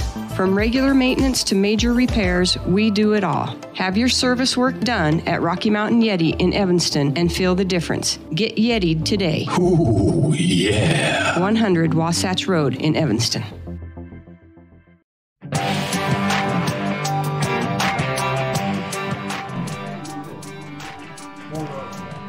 Gain out to the 37 for Hutch Miller. Boy, that quick give up the gut. Just about 7 yards for Miller. Brings up a 2nd down and short for the Rams. Wood keeps it himself, bounces outside, slips, keeps his feet, got the first down across the 40 to the 43 or 44 before the Rebels wrap him up and bring him to the ground. And Porter Wood and this Parowan Rams offense not having a lot of trouble moving the football. Rebels have started to slow him down a little bit more here in the second quarter, but Parowan still picks up the first down. That's the 44. 7-yard run by Porter Wood. He averages 8 yards per carry, almost 8.5. 1st and 10, Jensen motion. Wood turns, gives to Jensen. He is sandwiched and brought down. Candidate for your McKay Frankham Dental Services Precision Play of the Game. Dental care at reasonable rates for the whole family. Rebels stuffed Jensen in the backfield for no gain. Tanner Johnson lines up out wide. 2nd down and 10.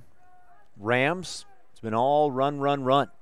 They've attempted a couple of passes on 2-point conversion attempts. Speaking of pass, Wood rolls out looking to throw. Throws on the run, and he's got his man. Johnson makes the catch at the 15. Kyler Wilson got beat a little bit, and then I think he had his eyes in the backfield and saw Wood running. Johnson kept going, and Wood delivered a strike all the way down to the 14-yard line.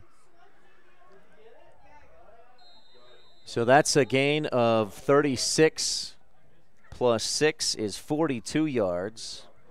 And that's what Coach Carter Miller said in the pregame, that when I talked with him, he said, if we're going to pass, we want to complete it. It's all about percentages. And, boy, that was a nice big gain. Ball in the right hash for 1st and 10. Wood takes the snap, gives up the gut. Miller fakes, breaks one tackle, then he's pushed back, whistles blow, and he's thrown away from the pile. But Hutch Miller gets down to about the 10. It's a 4-yard gain for Miller. He's at 45 yards on 4 carries so far in this one. Well, we thank you if you tuned in for our Rolling Kennedy pregame show. We talked with Marilyn Muir-Dayton on the Mound Valley Cattle Company. Where are they now? 2nd down and 6. Parowan Rams lead 14-0. Wood fakes the throw, keeps it, breaks a tackle. He was sandwiched and still got away. The 6-foot. What are my stats on his size? He is a big, strong athlete. 6'3", 200 pounds. And, boy, he used all of that to break a tackle there. And still gain a couple of yards. The Rebels maybe 1 yard to the 9. It looked like Rich was going to bring him down back near the 15, but Wood, the strength, breaks free and gains 1 for a 3rd and 4. Make it 3rd and 5. Wood takes the snap. Gives. Ball pops out as he was looking maybe to run the option, but Jentz scoops it up and scampers almost into the end zone. That one just took a Rams hop right up into his arms. Brought down just short of the goal line. You could see first and goal from the members of each team scrambling to grab the pigskin, but Jentz came up with it, got down to the 1. It was an 8-yard gain for Trey Jentz. Right place, right time. And the Rams look to add to their lead, 14-0, early second quarter. Brought to you by T7 Propane, and the give right side, touchdown Rams. Cody Hansen, the 1-yard touchdown run. So the first 2 drives for the Rams were 5 plays, 76 yards, then 5 plays, 84 yards. That drive, 11 plays, 80 yards.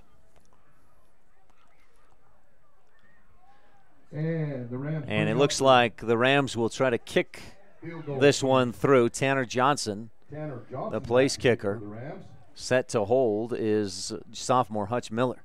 He'll be next year's quarterback, is what Coach Carter Miller told me. A low line drive kick, misses wide right.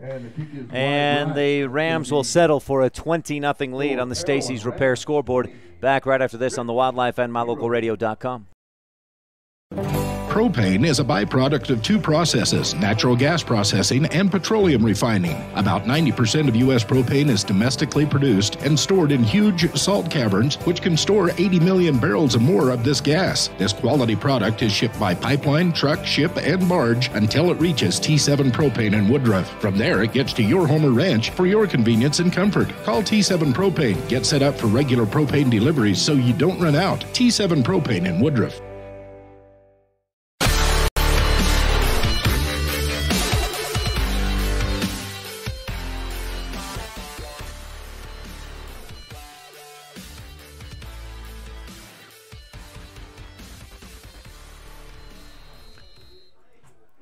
Beautiful evening here in Parowan. The sun has gone down over the western mountains. A short kick fielded by the Rebels at about the 30. Not much room to run, and nowhere to go for Kyler Jackson, the Rebels senior.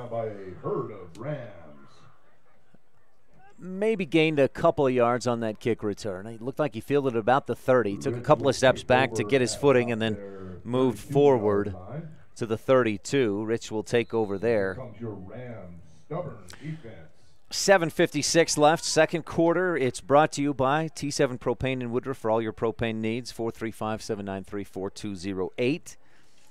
It's been all Rams so far. They've got, let's do some quick math, 120, 160, 200 yards of rushing offense, 200 plus. Rebels have 9 passing yards and 12 13 rushing yards so far. Anderson steps to his right. Pressure comes. He steps up and throws back to the left, looking for Kyler Wilson. He's held up a little bit, but couldn't get back to it, and the pass falls incomplete. That'll be 2nd and 10 for the Rebels. Rebels will go no huddle.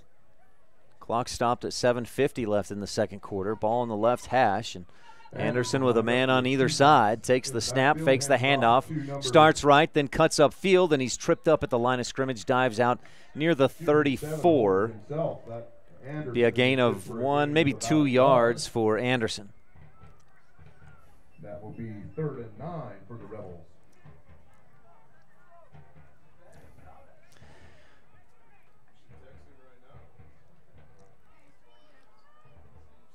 Third down and 8 for the Rebel offense. Fake right, go left to Hislop. He gets back to the line of scrimmage, pushes forward across the 35 to the 36-yard line. So that's 2 yards for the Rebel offense. Brings up a 4th down and 6 for Rich. Or excuse me, a 3rd down. Oh, it is 4th down. We had that incompletion on 1st down. So Huffaker to boot it away. Two guys back deep to return for the Rams. Rebels with 1 man short on the offensive line. High snap. Huffaker goes and gets it. Gets off a low line drive punt. Takes a high straight up hop, and the Rebels cover it. No, they can't bring him down. Broken tackle. To his left, a late flag flies in as Hutch Miller can't stiff arm Colton Meek quite enough. Meek brings him down, and a way late hit comes in. Kyler Wilson was blindsided, a dirty hit at the end of that play by Daniel Horton, and he just walks away. Kyler Wilson in pain. I think the first flag is going to be a Rebel block in the back around the Parowan 43. And then just a non-football play.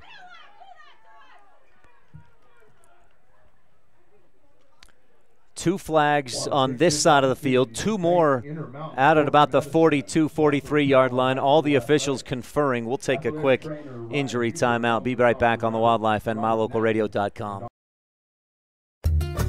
Serving Wyoming since 1941, Plains Tire is Wyoming's oldest and largest tire dealer with great locations throughout the state. They'll get you the right tires that offer the best results for your vehicle at the lowest prices, guaranteed. Plus, you can go to any Plains Tire Pro dealer with their nationwide warranty service. And check out their Plains Tire phone app.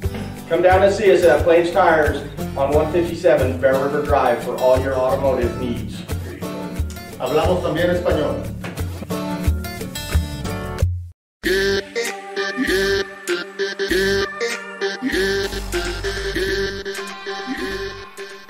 Well, the penalties, the Whitecap official, the second one, unsportsmanlike conduct, and the player was thrown from the game, a Parowan Ram. And I believe, I'm going to have to make sure, but I believe it was senior Daniel Horton who made the hit. It looks like he's still out on the field with his helmet off. I may have seen the wrong guy on the hit, but whoever it was has been tossed from the game. Now Parowan will take over following that punt. Oh, Trey Gents ejected. We have some more penalties to sort out. 4 penalty flags on that punt return. Trey Gents finishes his night. 6 carries, 43 yards. Contributed well, but just a dirty, dirty hit gets him booted out of the game.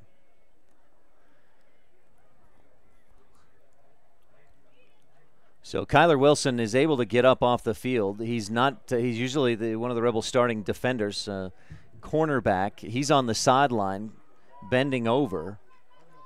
Penalties will continue to push this back. And the Rams pushed all the way back to the 15. Now the return had gone out about the 45-yard line.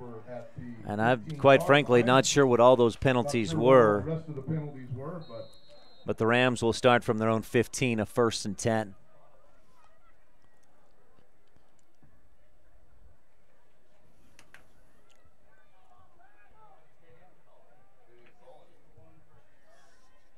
Cam, they did. They threw him out.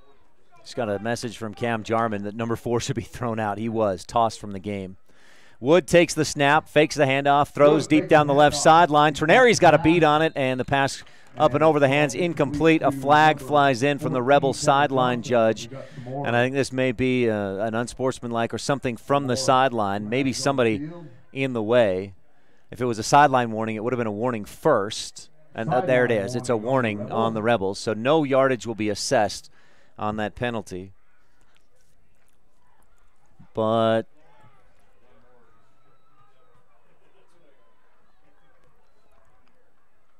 a 2nd down and 10 for the Rams offense. Linesman's flag still out on the field. He gets some help from the Rebel sidelines. Hey, your flag's still out there. Picks it up. 20-0. Rams on top. 6:19 left, second quarter. Brought to you by T7 Propane in Woodruff. Porter Wood captains the Ram team. Wood takes the snap, gives up the middle. Hutch with some room to run. That's big Hutch Miller. Spins, keeps his feet out across the 35 to the 42.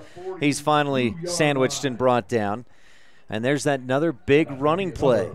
Rebels are, that's how it's gone for Hutch Miller. 7 yards, then he goes for 27 yards and a score. Then 7, 4, and then that one out to the 42-yard line is a 27-yard run, another 27-yard run. And he's already at 72 rushing yards on just 5 carries. 54 of those yards have come on just 2 carries. Wood takes the snap, gives up the middle, and this time Hansen is wrapped up after a short gain to the 39-yard line, to the 44-yard line. So Cody Hansen is at 61 yards on 6 carries.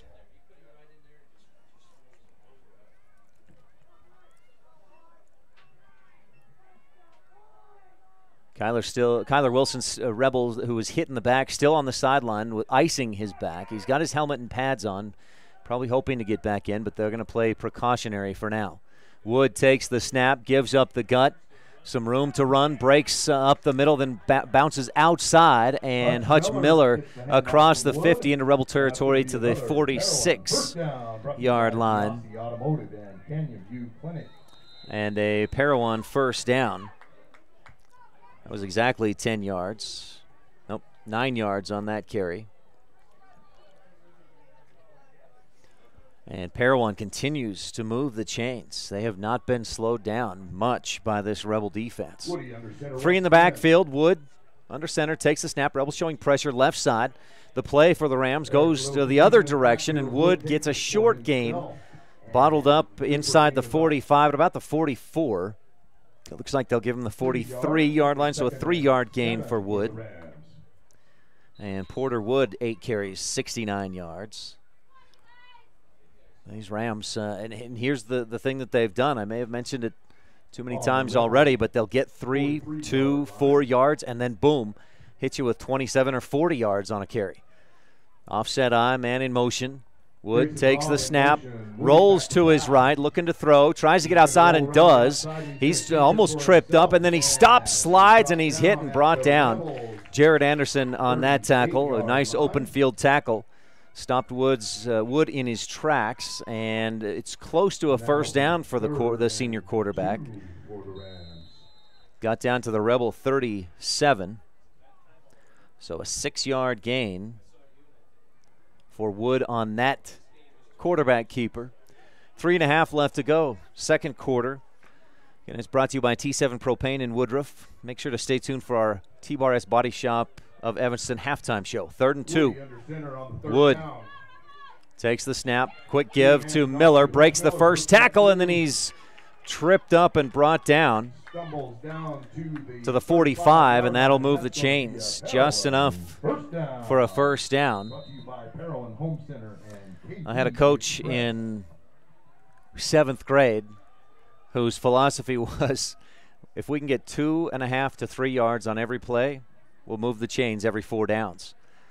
And that gain right there, just a short gain for the Rams, but, boy, it moves the chains, and that's what the Rams are trying to do here. Eat up the clock, maybe add another score.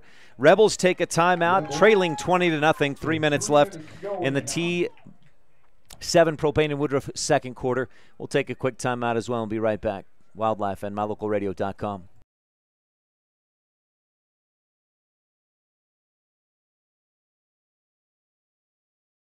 At beautiful Bear Lake, skiing, snowmobiling, sailing, and swimming are just some of the fun activities offered to recreationists. The Greater Bear Lake Valley offers prime hunting and fishing areas, whether it's trout fishing in the streams or ice fishing for Cisco on the lake, hunting deer or seeking elk along the high mountain ridges. The scenic corner of Utah and Idaho offers outdoor recreation and historical interests away from crowds and high prices. Visit bearlake.org for more information.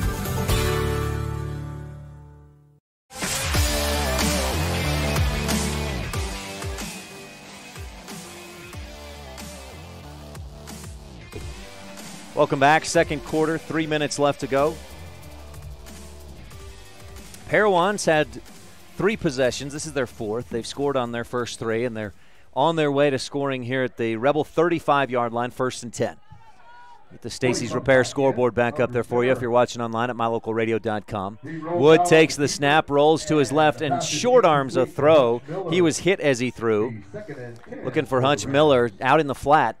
Wood was rolling to his left and just misfired on the throw. Wood, 1 of 3 for 42 yards. That one that he threw complete, boy, it was a pretty throw. He was moving to his right on the move. Looked like Aaron Rodgers rifled it downfield and found Tanner Johnson for the completion, 42 yards down the field. Wood takes the snap, quick give up the middle. Hutch Miller bursts forward for 9 to the Rebel 27. Maybe the 26. Let's see where they spotted. This will be close, or at least make it a 3rd and short. Boy, and that quick give right up the middle. Usually, a running back that gets that handoff up the gut is not, you don't see the quickness from most fullbacks that you do from Hutch Miller. That was a quick burst right up the gut. 3rd down and 2. Give right side, 1st down and more. Hutch Miller again gets the handoff inside the Rebel 20. Wrapped up and brought down about the 16-yard line. That's another 11 yards for Hutch. And he's already over 100 yards rushing. 9 carries, 103 yards for Hutch Miller. Reminiscent of what Big Bro Porter Miller did last year. 21 carries, 212 yards, 3 touchdowns against the Rebels. 1st and 10. Snap, fake handoff, and then a give to Cody Hansen. He spins his way and breaks forward to the 10-yard line. Rebels finally wrap him up and bring him down there. With 1:42 left to go in this second quarter, the Parowan Rams ask for a timeout. 6 yards on the carry by Cody Hansen. Got a timeout on the field. We'll keep it right here for the moment. We're getting having some internet issues. I wonder if that's our computer getting a little too warm. Timeout on the field. While we try to figure that out, let's get the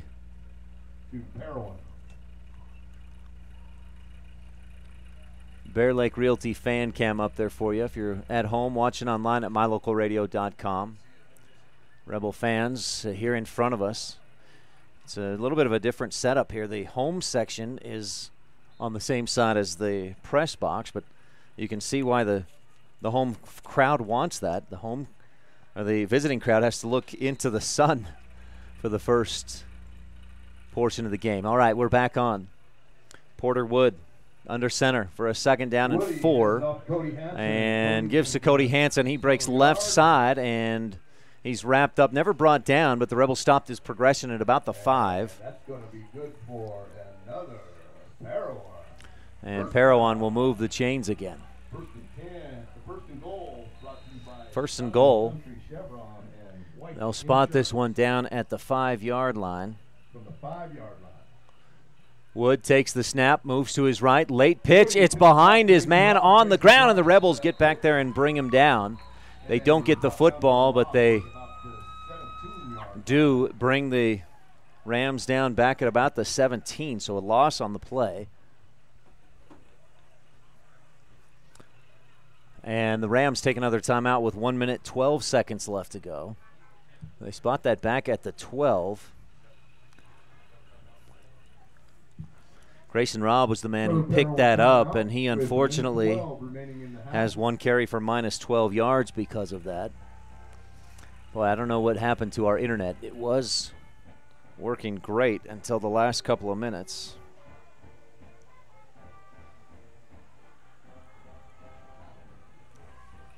Is your phone on Wi-Fi? Let's see. Jeez.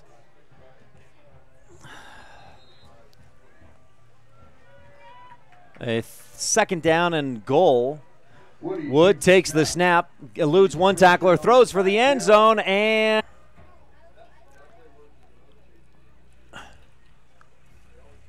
corner.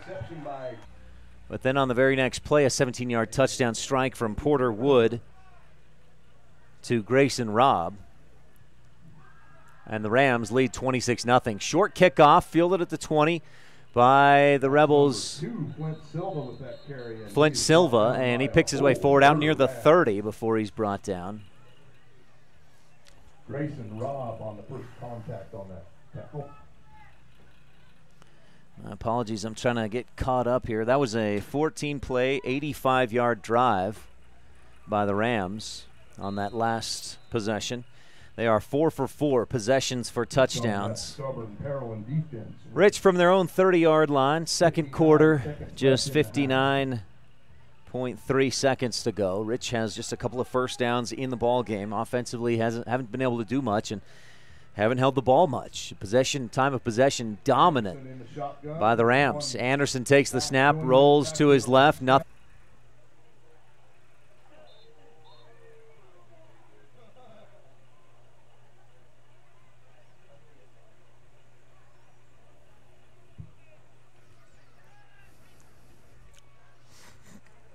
Fourth and 15 for the Rebels.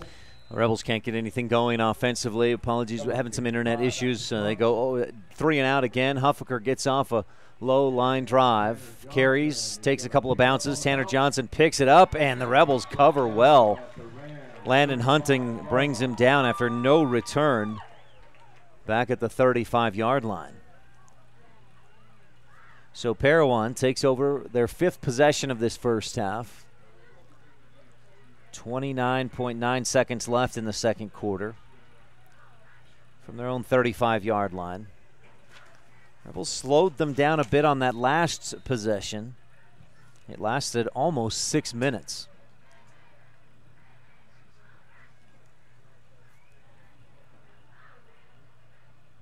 .526 to be a little more precise. Johnson brings the play in to Porter Wood. 26-0 on the Stacy's Repair scoreboard. This was your final score last year when Parowan played at Rich. We'll see how things continue to progress here at Parowan. Wood rolls to his right. Pressure comes. He steps up to get away from the pressure, but a couple more guys come and bring him down, and that should take us to the half. Unless one of these teams decides to take a timeout and try to extend this first half of play. Barring that, we've got your T-Bar S Body Shop of Evanston halftime show coming up. And it looks like that will be the case. A loss of 2 on the first sack of the game for the Rebel defense will take us to the half. 26-0 on the Stacy's Repair scoreboard. Parowan dominant, especially with the rushing game. We'll give you some stats when we return on the Wildlife and mylocalradio.com. This is Rich Rebel Senior Trayson Lutz, and you're tuned in to Rich High School Football on Rebel Radio at mylocalradio.com. My name is Dr. Micah Pullins. I'm an orthopedic surgeon at Evanston Regional Hospital. I perform total hip, total knee, and total shoulder replacement. The huge majority of patients of mine that have undergone total joint replacement have been dealing with pain and disability for many years. After joint replacement and recovery, patients are back to doing the activities that they want to do.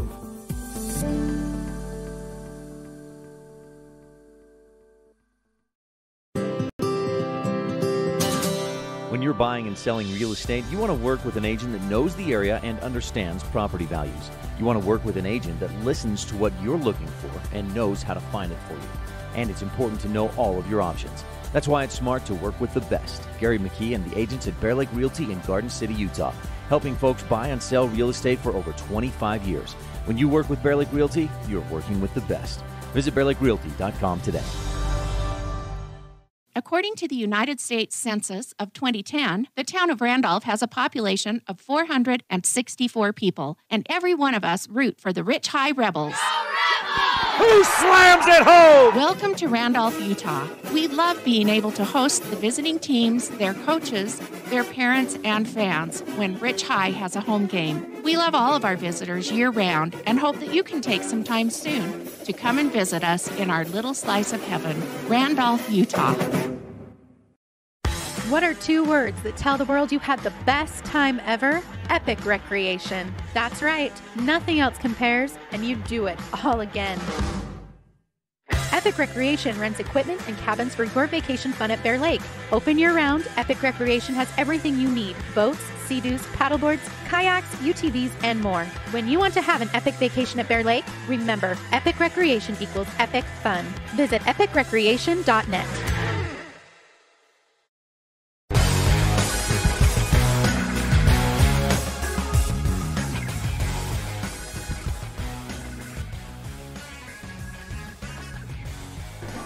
Welcome to the halftime show, brought to you by T-Bar Body Shop of Evanston. Let T-Bar fix your car. Let's take a quick look in just a bit on the halftime show, what the Rebels did in that first half. Parowan had 4 possessions. Well, 5. They ran 1 play at the end of the half to just get us to the half. Really 4 possessions. They scored on all 4 of them. It's 26-0 Parowan on the Wildlife and mylocalradio.com. We've got more of the T-Bar Body Shop of Evanston halftime show when we return. I think another good name for Matt Rex, the owner of T-Bar Body Shop in Evanston, would be the Anger Eraser. I came out to the parking lot to find a ding and scratch. I was so angry, I went to T-Bar Body Shop to get a quote and met Matt Rex. He said they would fix it, and he'd even talk to my insurance company. When I picked up my car, it looked great. No stress, no hassle. Matt's friendliness and quality service erased all my anger. When your car gets bunged up, don't get angry. Just let T-Bar fix your car.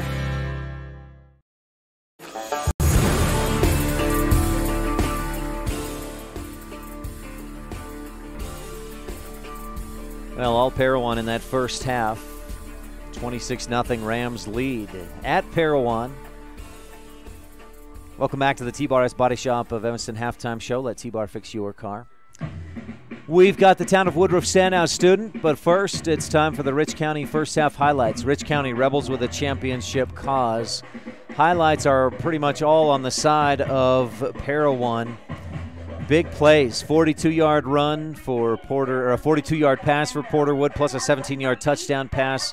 He had runs of 49 and a 4-yard touchdown, has 75 rushing yards. Cody Hansen has runs of 37 and a 1-yard touchdown, total of 72.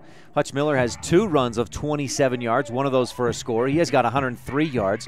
Trey Jentz, who was ejected in that second quarter, had 6 carries for 43 yards before being tossed out for a dirty hit on a Rebel player.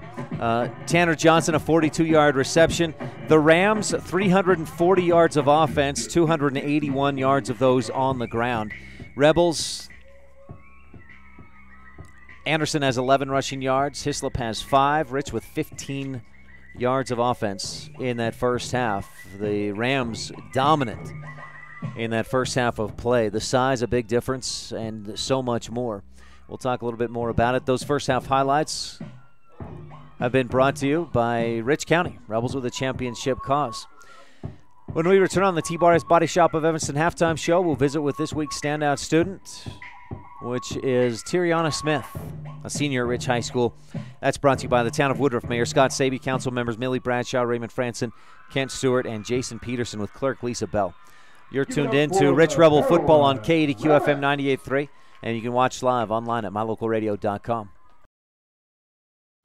Ever since 1871, when Joseph C. Rich surveyed the town site, the town of Woodruff has been a thriving ranching community. Settlers were attracted by the broad valley and green grasses, the mountain trout in the streams, the elk and deer herds in abundance, and the neighbors were friendly. That's how people still are today. Visit Woodruff, and you too will experience that friendliness. It's everywhere. It's the town of Woodruff, Utah, where we're proud of our rich rebels. Rolene Kennedy at Auto Farm Castle Rock Chevrolet in Evanston is Rich County's representative. As a mother and grandmother of Rich High graduates and current students, and a longtime resident of Randolph, Rolene is familiar with your needs and will work to provide you with the best customer service in the industry. The next time you're looking for a new car or truck, think Rolene Kennedy at Auto Farm Castle Rock Chevrolet in Evanston. We're a different kind of dealer. Play hard and go Rebels. Ryan STEINECKERT at Rich High School with senior Tiriana Smith. Tiriana, thanks for your time today. Does everybody call you Tiriana, or is there a shorter nickname that you have? No. Tiriana. All right. What are you involved with at Rich High School? Not much, just doing classes. And how's your senior year going so far? It's okay, as well as can be expected. Tell me a little bit more. What classes are you taking? Are you working on some college credits, or what are you doing? Most of my classes are college classes, and just working on those. I'm doing the musical. Did you do the musical last year? I did not. I moved in too late to do that. Gotcha. Where did you move from? Canada. Where in Canada? Alberta, southern Alberta, near Cardston. I have no clue about geography of Canada. Is that East Coast, West Coast? Neither. It's in the middle. It's above Montana. What was that move like from Canada to here? Not too bad. 2 small towns. What brought your family here? My dad's job. He's in the 4-H for USU. Now, you say your senior year is going well. You're taking a lot of college classes. Are you working toward an associate's degree? No, I came in too late to do that. Do you know future plans? Like once you graduate from Rich, what are you going to do then? Just going to teach elementary once I could get my bachelor's degree in that. Do you have plans? Have you started applying for different schools? Do you know where you want to go? Yeah, I want to go to USU. USU, or your dad, does he actually work for USU? Yeah, he does. How many siblings do you have? I have 7 siblings. That's a big family. Are you oldest, youngest, in the middle? I am the 6th child. What's a typical dinner time like? Is it like a lot of boys, you got to fight for your food, or is it pretty civil? It's, I guess, pretty chill. Mostly everyone's married and gone. Just 2 younger siblings. You said you'll do the musical. Do you know, I've heard that they were thinking Newsies at first. Now they're thinking maybe Footloose. Do you know? I have no idea what the play is going to be. But I don't know. I hope it's not Newsies. Why not Newsies? Because there's not many girl parts. There's like 1 girl part and not many boys try out. Have you done theater in the past, like up in Canada or anywhere else that you've lived? Yeah, I have. There's a lot of weird plays we did, though. Any that I might have heard of? Probably not. We did like Night at the Wax Museum, Lady Pirates of Captain Bree. Never heard of them before. Is there one you're hoping for? We've heard rumors, maybe Footloose, maybe others. Is there one? Would you like Footloose or something else? Probably Footloose over Newsies, yeah. That might fit well. Small town. You said you came from a small town to another small town, and a small town in the show, right? Yeah, it would be pretty good. Tiriana Smith, a senior at Rich High School. Let's talk about anything else that you do outside of school. Do you play any instruments? Do you do some ride horses a lot? Do you guys have a ranch? What do you do? I play the piano. I draw, do a lot of art. I just like making stuff. What kind of things? Do you have like a thing that you like to draw the most? Landscapes or anything like that? I draw people. I like drawing people. Do you have academic goals for yourself for your senior year? I'd like to be able to get the Daniels Fund Scholarship. What's that? It's a 4-year scholarship that covers anything. You can go to almost any college that you want to go to, any university, and it covers almost everything. And it focuses on your, not just your educational growth, but your growth as a person. Good luck getting that. Is there a certain GPA, ACT score you have to get to earn that scholarship? Just a 17 ACT score. You mentioned you want to go into elementary education. What draws you? Why are you interested in that? I like kids. I think they're cute and sweet. I don't know. They're easy to work with. And now, you said you're the 6th of 7, right? How old is the next in your family? He's in 6th grade. Did you spend a lot of time taking care of him when you guys were younger? I guess so, yeah. He's a little annoying, but 6th grade is an annoying time for a young boy. yes, it is. What's the most annoying thing he does? I don't know. He thinks he's the best at everything. He's the star. Tiriana, anything that you're particularly looking forward to in your senior year? Being done. Being done, moving on to college, Utah State, and becoming a teacher. That sounds great. Yeah. Anything else that I haven't asked about that we should know about Tiriana Smith? No. All right, senior at Rich High School, Tiriana Smith. Thanks so much for your time. Good luck with your senior year. All right. Thanks. Well, thanks, Tiriana. It was a pleasure talking with Tiriana Smith, a senior at Rich High School. That's a standout student. Is brought to you by the town of Woodruff, Mayor Scott Sabey, council members Millie Bradshaw, Raymond Franson, Kent Stewart, and Jason Peterson, with clerk Lisa Bell.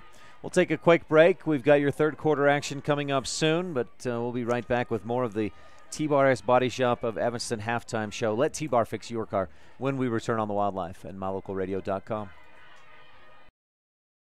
This is Rich Rebel Senior Reagan Huffner with live coverage of Rich High School gridiron action on the Wildlife and mylocalradio.com. Most of our limits we have in life come from the walls in our own mind. The town council and citizens of Lake Town, Utah celebrate all students and staff in the Rich School District.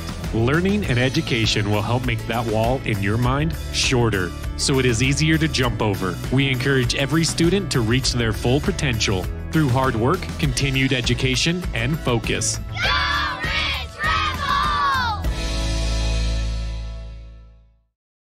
When you hit the bullseye playing darts, it's a great thing. When a rock hits your windshield and creates a bullseye, it's a bad thing. A small bullseye in your windshield can grow into a monster crack that covers the whole window. T-Bar S Body Shop in Evanston fixes rock chips. If the rock chip in your windshield has already grown into a giant crack, T-Bar S Body Shop can fix that too. When it comes to window repair or replacement, make sure you always hit the bullseye. Let T-Bar fix your car. Call us today, 789-2639. At Jensen Wood Motor, it's our goal to make sure every customer is a repeat customer. The way we do that, our customers are our friends. It's our job to help you find what you're looking for at the best possible price. It's always good to know that your salesman is working for you. We understand that life happens. Sometimes credit isn't perfect. We work hard to find financing options that work best for you. Stop by today and let's see what we can do for you. Jensen Wood Motors in Montpelier, Idaho.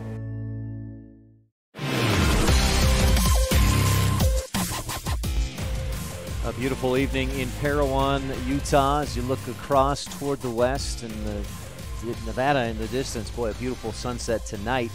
For Parowan fans, it's a beautiful sight on the scoreboard as well. 26-0 on the Stacy's Repair scoreboard. It was all Parowan in that first half. Their time of possession was almost 18-6, so they've had the ball almost 3 times what the Rebels had it, and they had 340 yards of offense to the Rebels' 15 yards of offense. I didn't calculate first downs, but if I remember right, let's see, the Rebels went 3 and out.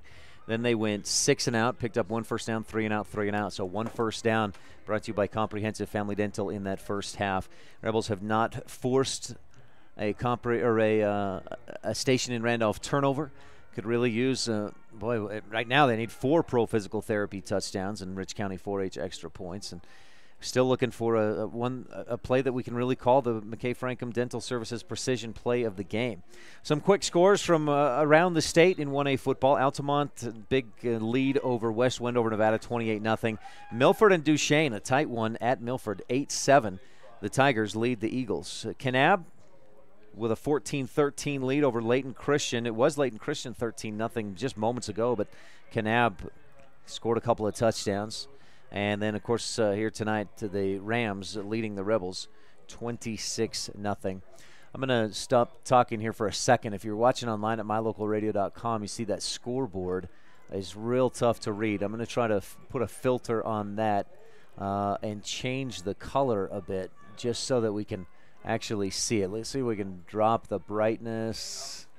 That doesn't really help a whole lot. Let's see if we can. I'm just going to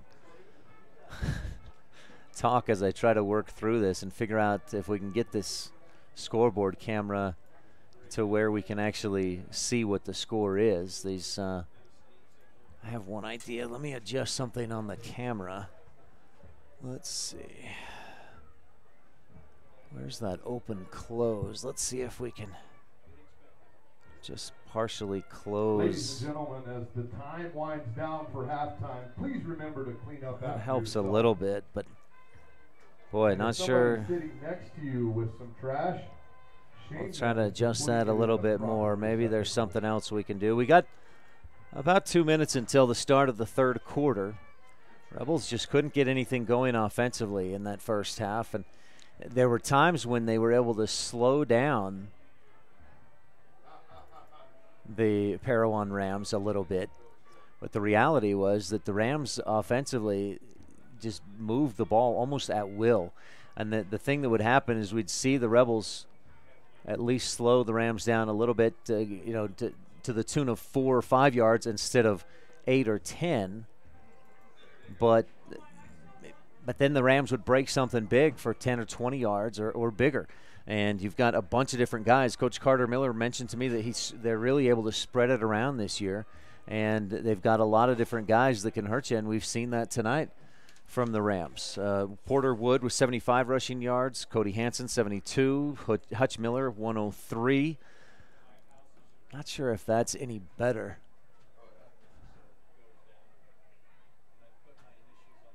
Maybe you can actually see the numbers a little bit. We might need to focus. Well, I apologize. I didn't anticipate this scoreboard camera giving me this much trouble tonight. Maybe that's at least something you can read if you're watching at home on mylocalradio.com. All Parowan in that first half. They are that team, the score on the left side of your Stacy's Repair scoreboard, 26-0. Wilson and Trenary. Josh Taylor of the Rams. Trenary and Wilson back to receive. So good to see Wilson back in the game after taking that hit in the second quarter. Got hit in the low back, and boy, it was just a dangerous hit. So the Rebels will take over to start this third quarter. Our halftime show has been brought to you by T-Bar S Body Shop. Let T-Bar fix your car. Third quarter is presented by the Town of Randolph. Good luck from Mayor Lynn Weston, board members Sim Bell, Brian Wires, Larry Kennedy, Melanie Lim, and Clerk Lana Peart. Rebel volleyball team in action today. They won at Duchesne.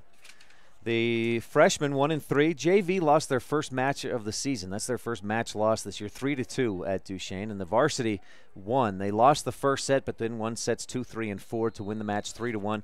Rebel volleyball team gets back into it tomorrow at Westside. We'll have the coverage with pregame at 3:10. Fielded by Trenary at the 20. At the chest, he cradles it, goes out across the 25-30 to the 35-yard line. He's wrapped up and brought down. A decent return for Trenary. Number 21, brought down by Easton Gents. Easton Gents on the tackle. At the Let me try one other thing on this scoreboard camera. That might do it right there. As the Rebels will set up from their own 36-yard line. Just underway in the third quarter. Again, brought to you by the Town of Randolph. Rebels attacking left to right at mylocalradio.com. Anderson from the shotgun. Long count. A man moves, and Anderson from the shotgun with Rebels moved as well, but was the defense? Did the defense cause that offensive movement? 5-yard penalty against the Rams defense. It is against the Rams. First and 5 for the Rebels.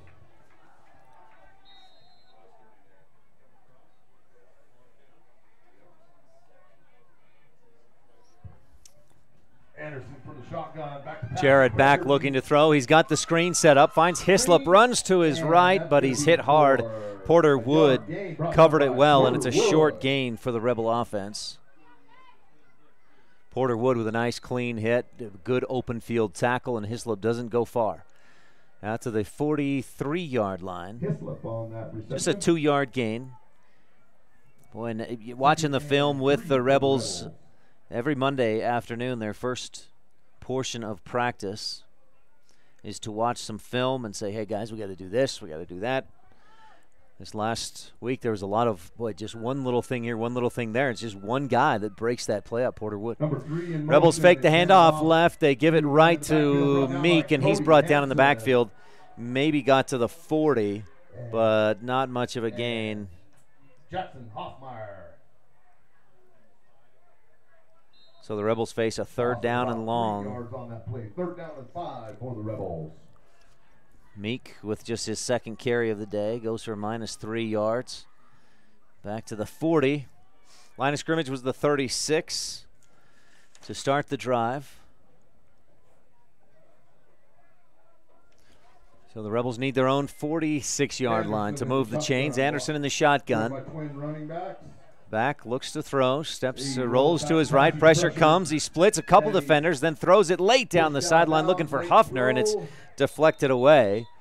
And a flag flies in as Anderson went down hard into the Rebel sideline.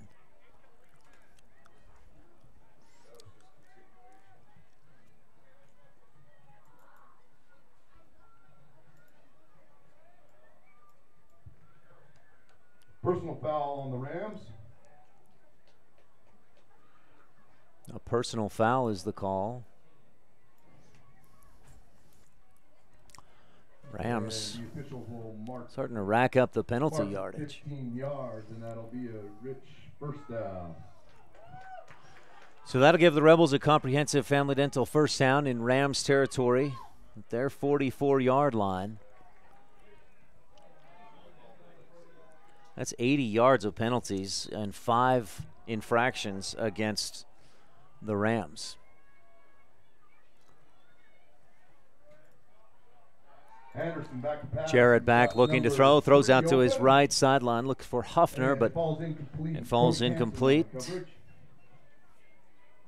Anderson 4 of 9, just 11 yards passing. This has been a very tough Rams defense.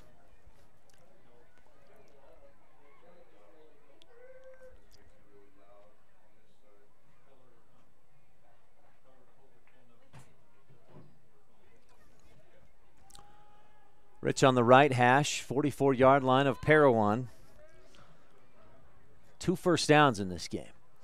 Huffner in motion, right to left. We're in the third quarter. Anderson moves to his left on a 2nd and 10 and cuts upfield, gets almost back to the line of scrimmage. And that'll bring up a 3rd down and probably 10. Looks like they'll spot it back at the line.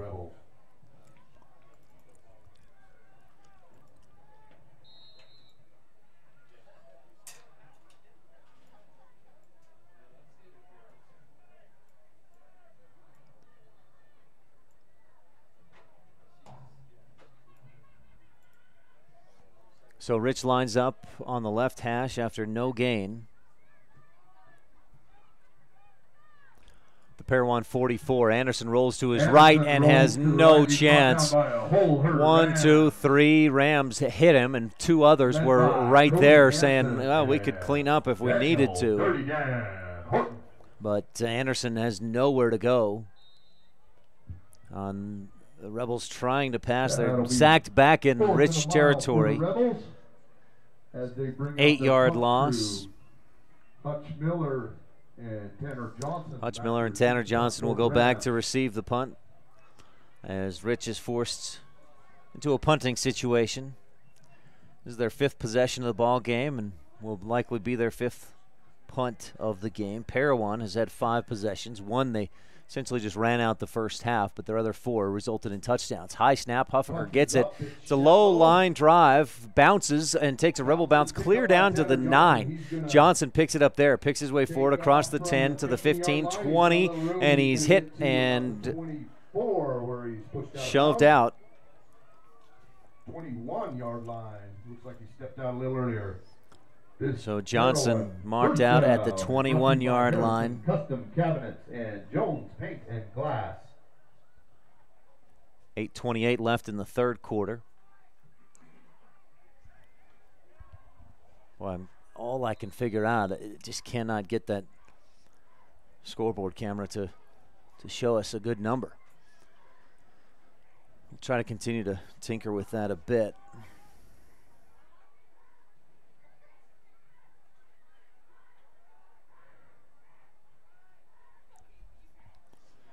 Wood under center for the Rams, attacking right to left at mylocalradio.com. Turns, gives right up the gut. And Cody Hansen dives forward for a couple out to about the 24-yard line, so a 3-yard gain. Boy, and that's what this offense, I mean, I think that's what it's built to do, to pick up at least 3-4+ yards per carry, and then they break a lot of big ones. No trouble just picking up 3 or 4 yards consistently. Snap and give left side. Wood gives it again to Hansen, and this time just picks up 2 out near the 26. 10 carries, 77 yards for Cody Hansen, who came in averaging, or at 7.5 yards per carry. And that's right about where he's at tonight, 7.7 on those 10 carries. A 3rd down and 5 for the Parowan Rams. We'll see if the Rebels can force them into a punting situation for the first time tonight. 3rd quarter, 26-0, Parowan with the lead. Fake left, give right side, and nowhere to go. The Rebels are all over it this time. A late flag flies in. Right at the whistle, a Rebel player hit a Ram, and that Parowan Ram did not like that. He popped up and retaliated. And the whistle was blowing when Colton Meek made that hit on a Ram player.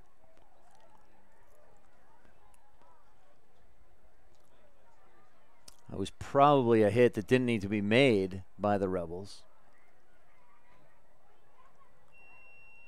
And we'll see what the officials call. Some discussion from all 4 of the guys in stripes. 26-0, Parowan leads on the Stacy's Repair scoreboard. 7:15 left in the 3rd. Unsportsmanlike conduct on the Rams. And that's generally what you get, is the infraction against the retaliating party from the line of scrimmage. 15 yards from the line of scrimmage. Repeat, 3rd down. 15 yards. That puts them at 105 penalty yards. But, boy, leading 26-0 and dominating the way their defense is tonight. Not sure that the Rams are too concerned about that, other than I'm sure Coach Miller will want to clean things up. Penalties like this against a Milford. That was after the play, so it is 4th down. Correction, that is 4th down. As the Rams bring out and the Rams bring out the punting. Rebels back, set to return. Punting. Hutch Miller boots it away. It's a sideways wobbly kick. Wilson comes up, thought about trying to get to it, but didn't let it roll as the Rams were right there, and it takes a Rams roll to the 50-yard line. So Rich takes over with their best starting field position of the day from midfield. 3rd quarter, 7:15 left to go.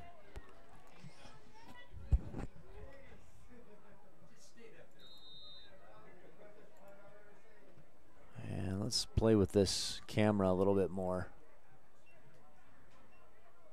Anderson, and I did something the other night at Monticello that got it working, looking good, but can't figure that out tonight. And whistles fly, dead ball, and a false start against the Rebels.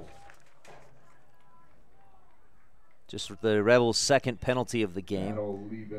15 yards in penalties against Rich, but that puts Rich in a 1st and 15 situation. And for an offense that has really struggled to move the football in any way tonight, that's definitely not something you want.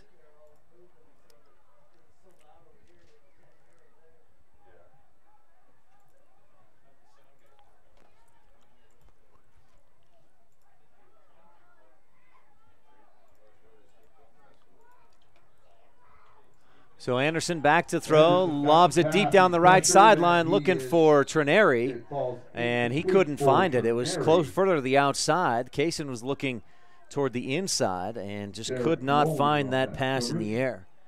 Rowley on the coverage was step for step with Trineri. Great coverage defensively. So the Rebels will face a 2nd down and 15. 2nd 15 for the Rebels. Anderson in the shotgun. Jared again from the shotgun, has one man on his left hip, steps back, looks to throw. A lot of pressure comes, starts right, goes back left, and Anderson is brought down. 30-yard line. Nowhere to go for Jared Anderson. Grayson Robb will be credited. Grayson Robb got back there to bring him down. But he had the help of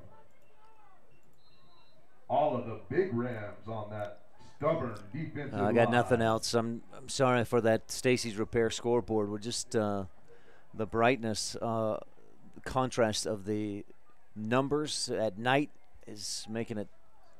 That's just something I'll have to work on and fix over the course of the week. So Anderson, excuse me, brought back clear down at the Rebels' 30-yard line. Third down for the Rebels from the 30-yard line. Anderson in the shotgun. A loss of 15. Jared from the shotgun steps back, sets up the screen, throws over the middle, and puts a little something on it, but throws it out in front of Trineri. And the pass falls incomplete. 4 of 11 for 11 yards for Anderson in the game.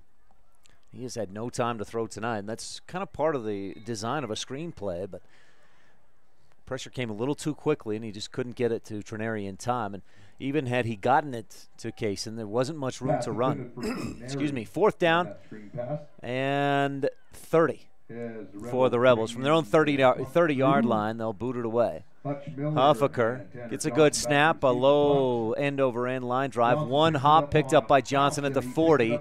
Down the right sideline, he's wrapped up at the 50 and uses his momentum to get across the 50 to about the 47 of the Rebels. So Parowan will start with good field position at the Rebel 47-yard line. 5:41 left to go in this third quarter. Brought to you by the town of Randolph. Wood with a strong side on the left. Wood under center, pitches left side, and he's got a wall of blockers. Cody Hansen, is wrapped up and brought down after a gain of about 4. Reagan Huffner fought through that wall of blockers and got to Hansen. 2nd and 6. Cody gets down to the 44-yard line. It was a 4-yard gain for Hansen, who's at 81 yards on 11 carries.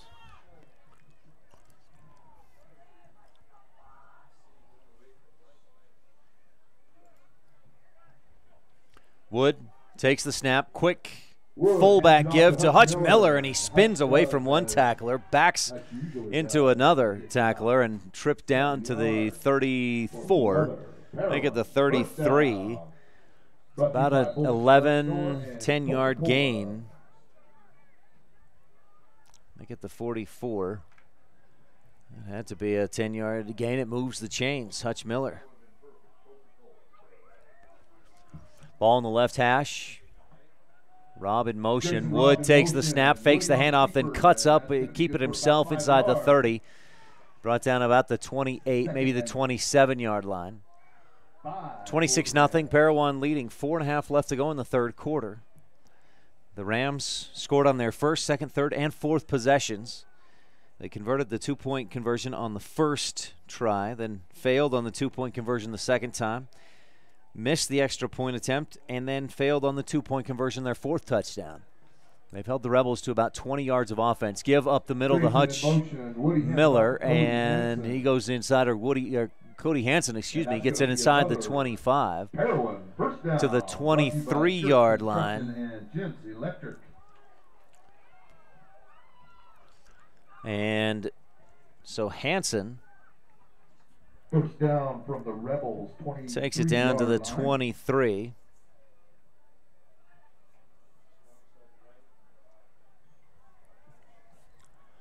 Wood takes the snap right up the middle. Hansen lowers his head, but 3 Rebels are there to stop him and bring him down after a short gain of about 2 yards. to near the 21.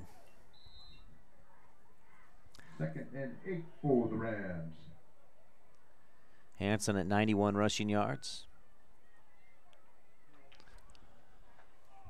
A 2nd down and 8 for this Parowan offense, attacking right to left at mylocalradio.com. We welcome you tuned in on KADQ FM 98.3 as well in the Evanston area. Wood takes the snap, fakes the handoff, and keeps it himself, but crashing in from his defensive end position, Hayden Meek. Anderson slow to get up for the Rebels, but he will get up as Wood gains a couple inside the 20. They'll mark it at the 19-yard line. And Wood, most of his 81 yards came on a 49-yard run in the first possession of the game. Anderson helped off the field after a quick injury timeout. He looks to be all right, just maybe tweaked a muscle or something. I'm not going to speculate more than that, but he comes off the field. Rob in motion. Wood takes the snap. Flag flies in. Illegal motion or a false start. Illegal procedure on the Rams. That's another 5 yards. Push them back to the Rebel 24-yard line for a 3rd down and 11. These long yardages have not been a big issue for the Rams for the most part tonight. And I guarantee this is 4-down territory for Coach Carter Miller. Rob in motion. Wood takes the snap, throws to his right. He's got his man. It looked like it was almost deflected by the Rebel defensive line, but it's caught. Good for about 6 yards. By Tanner Johnson, I believe, out on a quick out. And that's to the Rebel 17-yard line. A 7-yard gain. Brings up a 4th down and 5. Wood under center, brings Rob in motion from right to left, gives up the middle. Hutch Miller has a couple broken tackles. He's inside the 10, down near the 5. Will move the chains, and Parowan faced a 3rd and This first down brought to you by Shane Best. 11, but they moved the chains on 2 plays. Hutch Miller, 11 carries, 123 yards, and a touchdown. We talked about it in the pregame that these Rams don't throw the ball much, but Wood has been effective, 3 of 5, 66 yards, and a touchdown. He'll take the snap, late pitch out to the right side, and Grayson Robb is upended by Hayden Meek. Looks like no gain, maybe a yard. And he's down at about the 5. They'll spot it at the 5, so give him 2 yards, brings up a 2nd and goal. 26-0 Rams with time counting down in the 3rd quarter. Brought to you by the town of Randolph. 1:12 left to go in this 3rd. Wood keeps it himself right up the middle. Big hole. He's met at the goal line, fights his way in. Touchdown, Parowan Rams. Porter Wood's 2nd rushing touchdown of the day. His last one was 4 yards. This one for 5 yards. And the Rams extend their lead following a 10-play 47-yard drive that started at the Rebel 47-yard line.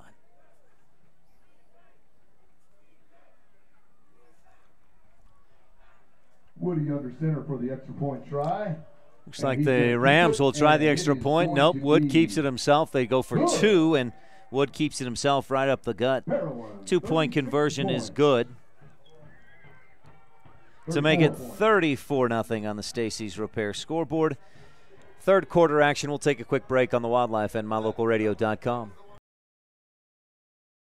According to the United States Census of 2010, the town of Randolph has a population of 464 people, and every one of us root for the Rich High Rebels. Who slams it home? Welcome to Randolph, Utah. We love being able to host the visiting teams, their coaches, their parents, and fans when Rich High has a home game. We love all of our visitors year-round and hope that you can take some time soon to come and visit us in our little slice of heaven, Randolph, Utah.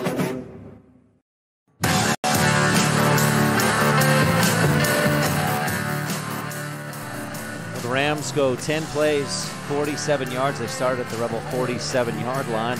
Didn't have to go too far, but they took their time doing it. The Rebel defense stiffened up a little bit, but Rams still punch it in, and the Parowan Rams kick it off. A high kick this time. Rebels field it. Trenary tries to make a move, gets out to the 25, and he is hit hard there, nowhere to go. Nice kick coverage by the Rams.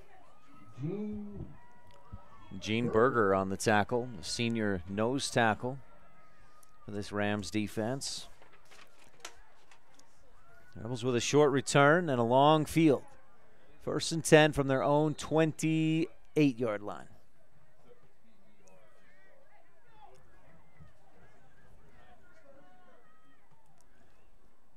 Offense hasn't had much success tonight. Rebels with just 2 or 3 first downs in the game. Anderson back, looking to throw. Quick out to Trenary. The hook and lateral is behind Huffner. The catch was made, but then Huffner fell back on it. Luckily for Rich. Boy, if that pitch was on target, that's 6 points. Huffner had a lot of green in front of him. So the hook and lateral works on the hook, not on the lateral. Out to the 36-yard line.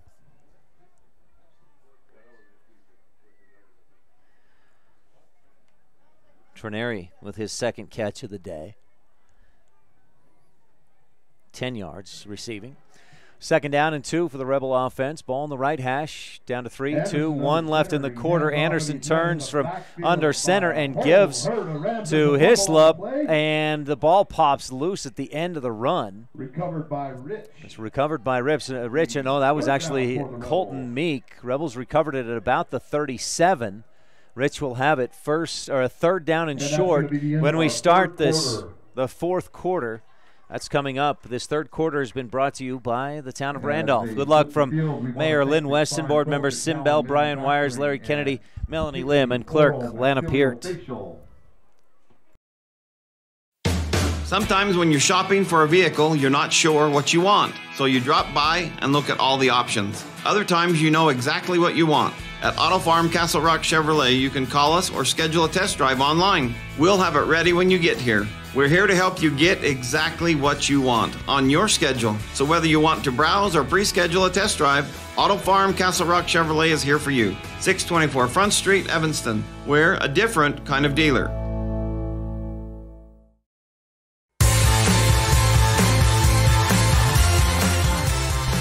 Well, the way the chain gang is set up, that may have actually been a 1st down for the Rebel offense, where they recovered the fumble. Meek was fighting for extra yards and lost the football. They've spotted it at the 37. The line of scrimmage was the 28. It was 1st and 10 at their own 28, and now it's 1st and 10 at the 38-yard line. So we won't argue. It's a comprehensive family dental 1st down, and the Rebels able to move the chains. Unconventional way, but they do it. Anderson in the shotgun, 2 receivers left, 2 right. Jared takes the snap, looking to throw, tons of pressure, escapes to his left, stops, still pressured, and finally hit.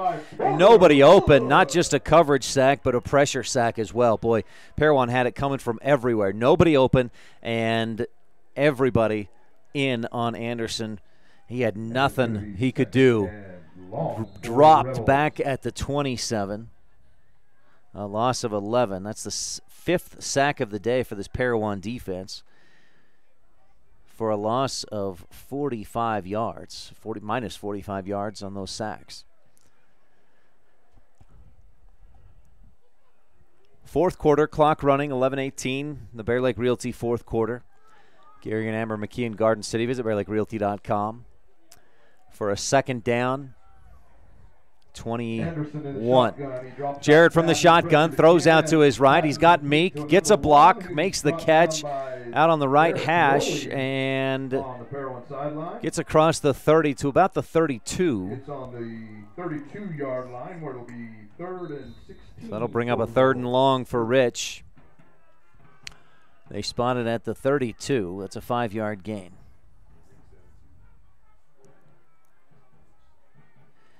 Colton Meek's previous 2 receptions in the season had gone for touchdowns. That's his first reception that didn't go for 6 points. 5 yards, and 3rd down and 16 for the Rebel offense. Ball on the right hash from their own 32. Trips to the left side. Anderson in the shotgun. Hislop on his right hip. Jarrett steps back, again pressured, runs forward. He gets away from a few guys, breaks another tackle, still on his feet down the right sideline to the 50, to the 40. One man to beat at the 30, and he's finally shoved out. And a big gain by Jarrett Anderson. Moves the chains. Rams 20-yard line. And keeps this drive alive for the Rebels. Clear down to the Rams 25. Rebel first down. That's 25 plus 18 is 43 yards on the carry. Puts Anderson at 52 rushing yards in the game. Rebels need a spark, need a big fire, need a bonfire here. We'll see if that provides the spark to get things going. 10:05, he went out, it was pushed out to end the run, so clock stops. Trips to his left. Anderson back, looking to throw. Pressure comes again. He looked left, then threw right for Hislop. Caught him there. He's wrapped up and then hit hard and brought down. A short gain for Hislop. Down to, my goodness, that PA man is so loud.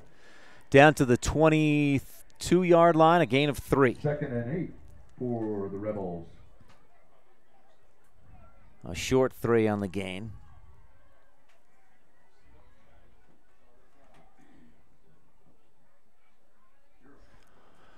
Second down. 8 yards to go for Rich. 9:20 left to go. Trailing 34-0 on the Stacey's Repair scoreboard. Jarrett back looking to throw. Goes over the middle. A flag flies as the pass just out of reach, in and out of the hands of Cason Trineri. He hangs out on the ground for just a minute in frustration, wishing he'd caught that one, but there are 2 flags, one on the left side of the line, one on the right side of the line. So this one, even had Trineri caught that, probably would have come back. Looks like a likely hold.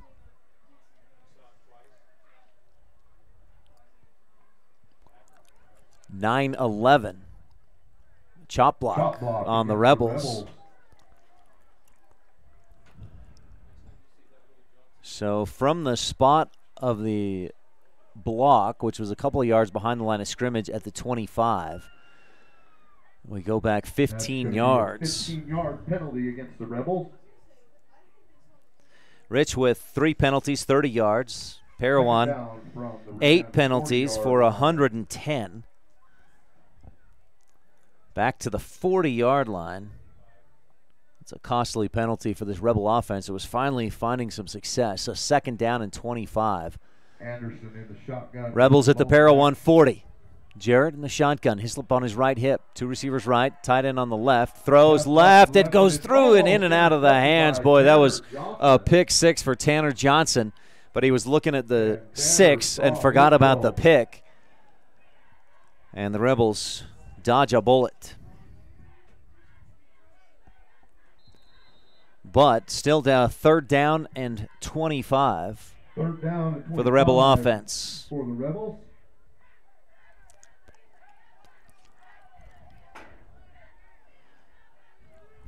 Trips to the left for this 3rd and 25. Anderson lines up with the lone back in the backfield and trips to the left. Anderson with Hislop on his right hip, takes the snap, throws deep down the right sideline, and reaching back but unable to make the catch is Cason Trineri right at the 1st down marker. The line to gain at the 15-yard line.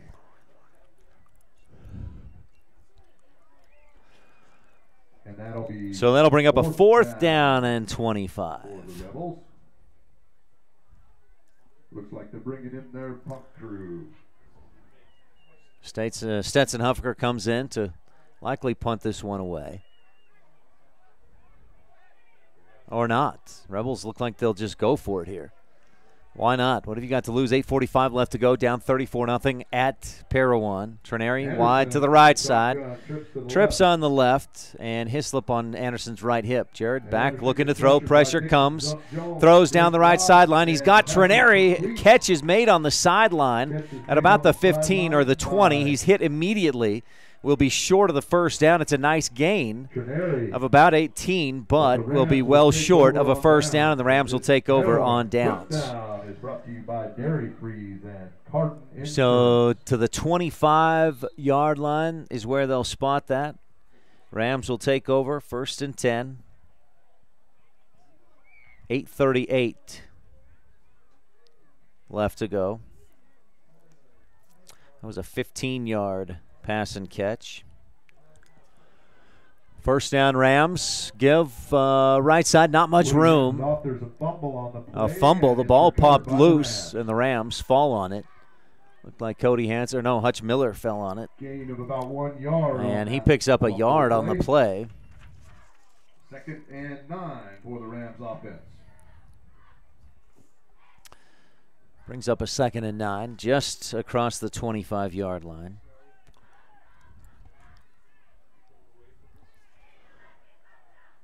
Believe it's still Wood under center. He'll take the snap, turns, spins around, gives to his left, and the Rebels wrap it up and stuff it. No gain. Braden Bettridge, good for a gain of about 1 yard. 3rd and 8 for the Rams. Gain of 1 on the play is what they'll give them. To the 27, brings up a 3rd and 8. Parowan leads 34-0, 7.5 left to go in the Bear Lake Realty 4th quarter. Wood takes the snap, pitches out to his left side. Hansen makes a move and makes a few yards. Broke a tackle out across the 30 to the 34. He needed the 35 to move the chains. So the Rebels brought him down just shy of first down territory, but the Rams going to go for it. They're ready to put some nails in the coffin right now with 7 minutes left to go. Woods keeps it himself, and he is stuffed. The Rebels knock him back. In the backfield, Stetson Huffaker, Colton Meek, Jaden Nelson, Jared Anderson, and probably others. Colton Hislop. Wood. Boy, from where I'm sitting, that was a generous spot. But I'm a long ways away. Wood didn't look like he made any progress, but he must have. I'd like to see the replay on that. We don't have it. Apologies for that. 6:54 left to go. 4th quarter brought to you by Bear Lake Realty. If you're looking for beachfront, room of the view, secluded mountain retreat, first down, visit bearlakerealty.com. Brought to you by Southern Utah Vision Care and Smith Diesel. So Wood gets just enough to move the chains on a 1-yard gain. Rebels thought they had stuffed it, and I thought they had too, but again, I'm a long ways away to make that judgment call. Ball on the right hash. Parowan moves the chains, first down. Wood from under center takes the snap, goes left, gives to Cody Hansen. He's got some room to run, breaks outside across the 50, inside the 40, the 30, down the sideline, finally brought down by, I think, Landon Hunting made the touchdown-saving tackle at about the 20. That's a big run by Cody Hansen. Another Parowan first down. They'll spot it at the 21. It's a 44-yard run by Cody Hansen. Puts him at 142 rushing yards on just 15 carries in this ball game. Gives the Rams another first down. Wood under center. Takes the snap. Gives to his left. And Hansen almost had the ball stripped out. But he holds on. Strong arms from Cody Hansen and drug a tackler down to the 12. Man, is there any way you can turn that down? That is so loud. They can't? Man, I can't even hear myself. So a 9-yard gain for Cody Hansen. Brings up a 2nd and 1. Give up the middle, and Hutch Miller spinning and fighting his way down near the 5. Got some laundry on the field. And some flags fly. Holding against the Rams. A hold against the Rams. That'll push them back a few yards. The spot of the foul was right about the line of scrimmage, the 12. Or no, they actually, yeah, back. So they'll mark it, walk it back to the 23-yard line. That's 9 penalties. 120 yards against the Rams in penalties tonight, but with a 34-0 lead, and the way their offense has moved the ball, the way their defense has shut down the Rebels, I don't think they're that concerned about the penalties. A third down, or a second down. Wood takes the snap, spins out to his left. 2 flags fly in, one early, one later, as the Rebels brought Wood down on the sideline near the line to gain at the 12. Wood would have been very close to a first down. Again, it's a hold penalty. At least one of them is. That may be the 2 flags for 1 infraction. That'll be another 10 yards back. And they'll mark you back 10 yards. So back to that one took place a couple yards behind the line of scrimmage. They'll push him back to the 35-yard line. This series of downs started at the 21, so this is a second down and 22. Wood back to throw, a rifle down the right side, and Wilson had the closest shot at it, but he couldn't get to it quite. The pass was intended for Tanner Johnson, and Wood left it short and to the inside.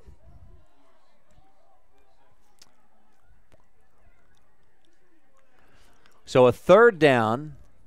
First down is at the Rebel 20, or at the Rebel 12-yard line. A 3rd and 22.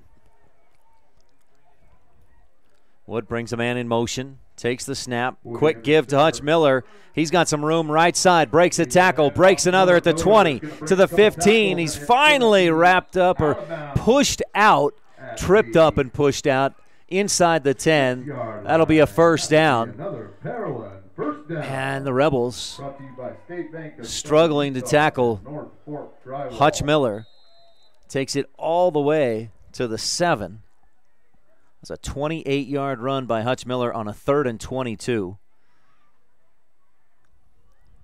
He's up to 152 rushing yards on 13 carries. Runs of 27 for a touchdown, another of 27, another of 28 right there for the first down inside the 10. Man in motion. Wood takes the snap, gives up the middle. No, he kept it himself around the left side, and Wood is in. Touchdown. Nice fake up the middle to Cody Hansen, and Wood keeps it himself for the 7-yard score. Porter Wood's 3rd rushing touchdown of the day. His others have been a bit shorter, 4 and 5. This one goes for 7. Tanner Johnson in to attempt the extra point. Hutch Miller will hold. That drive, 9 plays. The kick is up and through. It looks like, yes, it's good. Let's see if we're all cut up on ants. No, we're not. We'll take a quick break with 4:46 left to go in the 4th quarter. 41-0. Rams on top of the Rich Rebels on the Wildlife and MyLocalRadio.com. Bear Lake Realty, 4th quarter. When you're buying and selling real estate, you want to work with an agent that knows the area and understands property values. You want to work with an agent that listens to what you're looking for and knows how to find it for you. And it's important to know all of your options. That's why it's smart to work with the best. Gary McKee and the agents at Bear Lake Realty in Garden City, Utah, helping folks buy and sell real estate for over 25 years. When you work with Bear Lake Realty, you're working with the best. Visit BearLakeRealty.com today.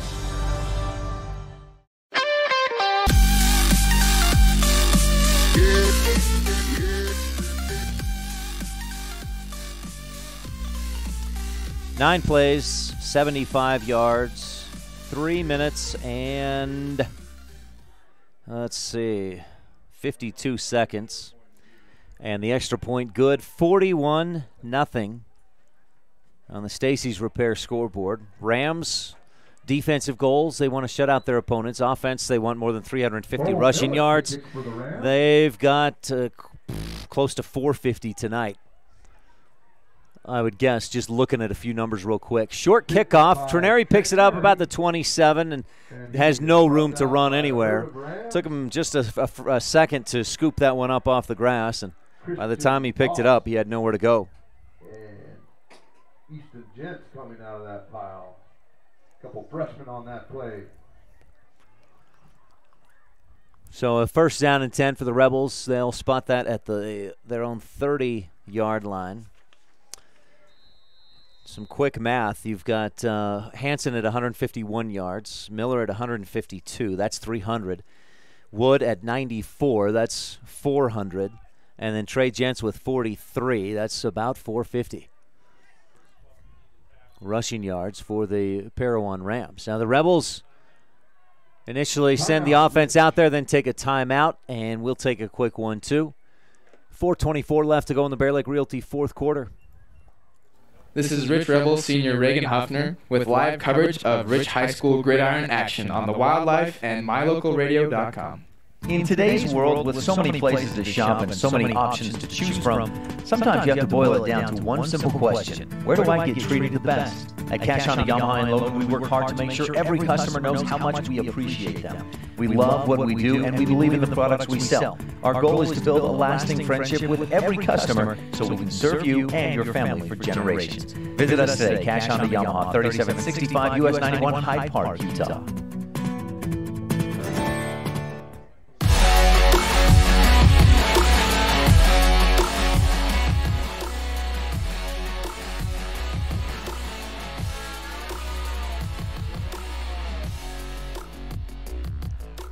Back for fourth quarter action, brought to you by Bear Lake Realty. If you're interested, Gary's got some great options for how you can buy a home, rent it so it pays for itself, enjoy it at times yourself as well. Pretty soon, after a few years, it's paid off, and then you've got a home in Bear Lake. Visit BearLakeRealty.com. Talk with Gary and Amber McKee in Garden City. They'll show you how. That's BearLakeRealty.com. Anderson in the shotgun. 3 receivers left. Jared rolls to his left, looking.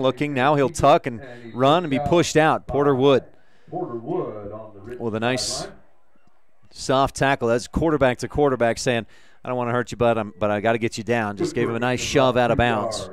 Good clean tackle from Porter Wood, the senior. Out to the 33-yard line, about a 2.5, 3-yard gain for Anderson. 5 carries, 55 yards, most of that on a 43-yard scamper on the last Rebel possession. That possession was promising until a penalty pushed them back into a 3rd and long, a 4th and long, and they couldn't convert. Rams have scored on all but one possession in this game. One was a throwaway at the end of the first half. They punted once. They've scored every other time and lead 41-0. Anderson back to throw. He's got Meek on the quick out to the Rebels' right side of the offense. Meek makes the catch. He's immediately wrapped up and brought down by Porter Wood at the 36. They may put it out at the 37-yard line. 4 yards. 3 from the 37-yard line.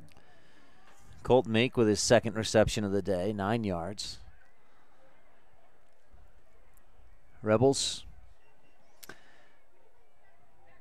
will drop to 0-5. They've got a tough one next week. They do return home, but it's a Saturday game when Kanab is in Randolph at Rich High School.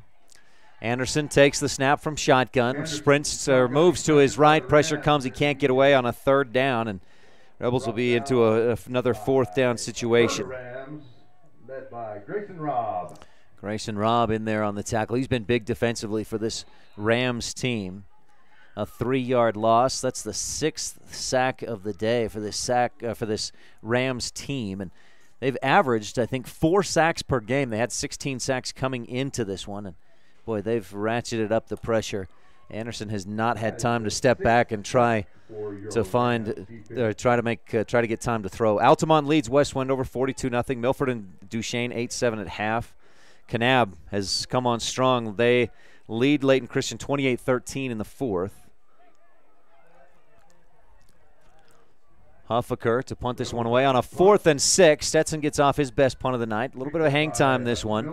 It's picked up or caught by Hutch Miller at the 40. He's across the 50. Broke a tackle or two and got into Rebel territory to the 46-yard line. Territory at the 46-yard line where your Rams offense will take over. And the Rams will take over again. 1st and 10 with 1:48 left to go. Colton Meek slow to get up for the Rebels. Number 1, Colton Meek. And he's, he's rolled over and back a time or two. He's in some pain. We'll take a quick injury timeout and hope Colton is okay. And the Bear Lake Realty fourth quarter on the Wildlife and mylocalradio.com. When you're buying and selling real estate, you want to work with an agent that knows the area and understands property values. You want to work with an agent that listens to what you're looking for and knows how to find it for you.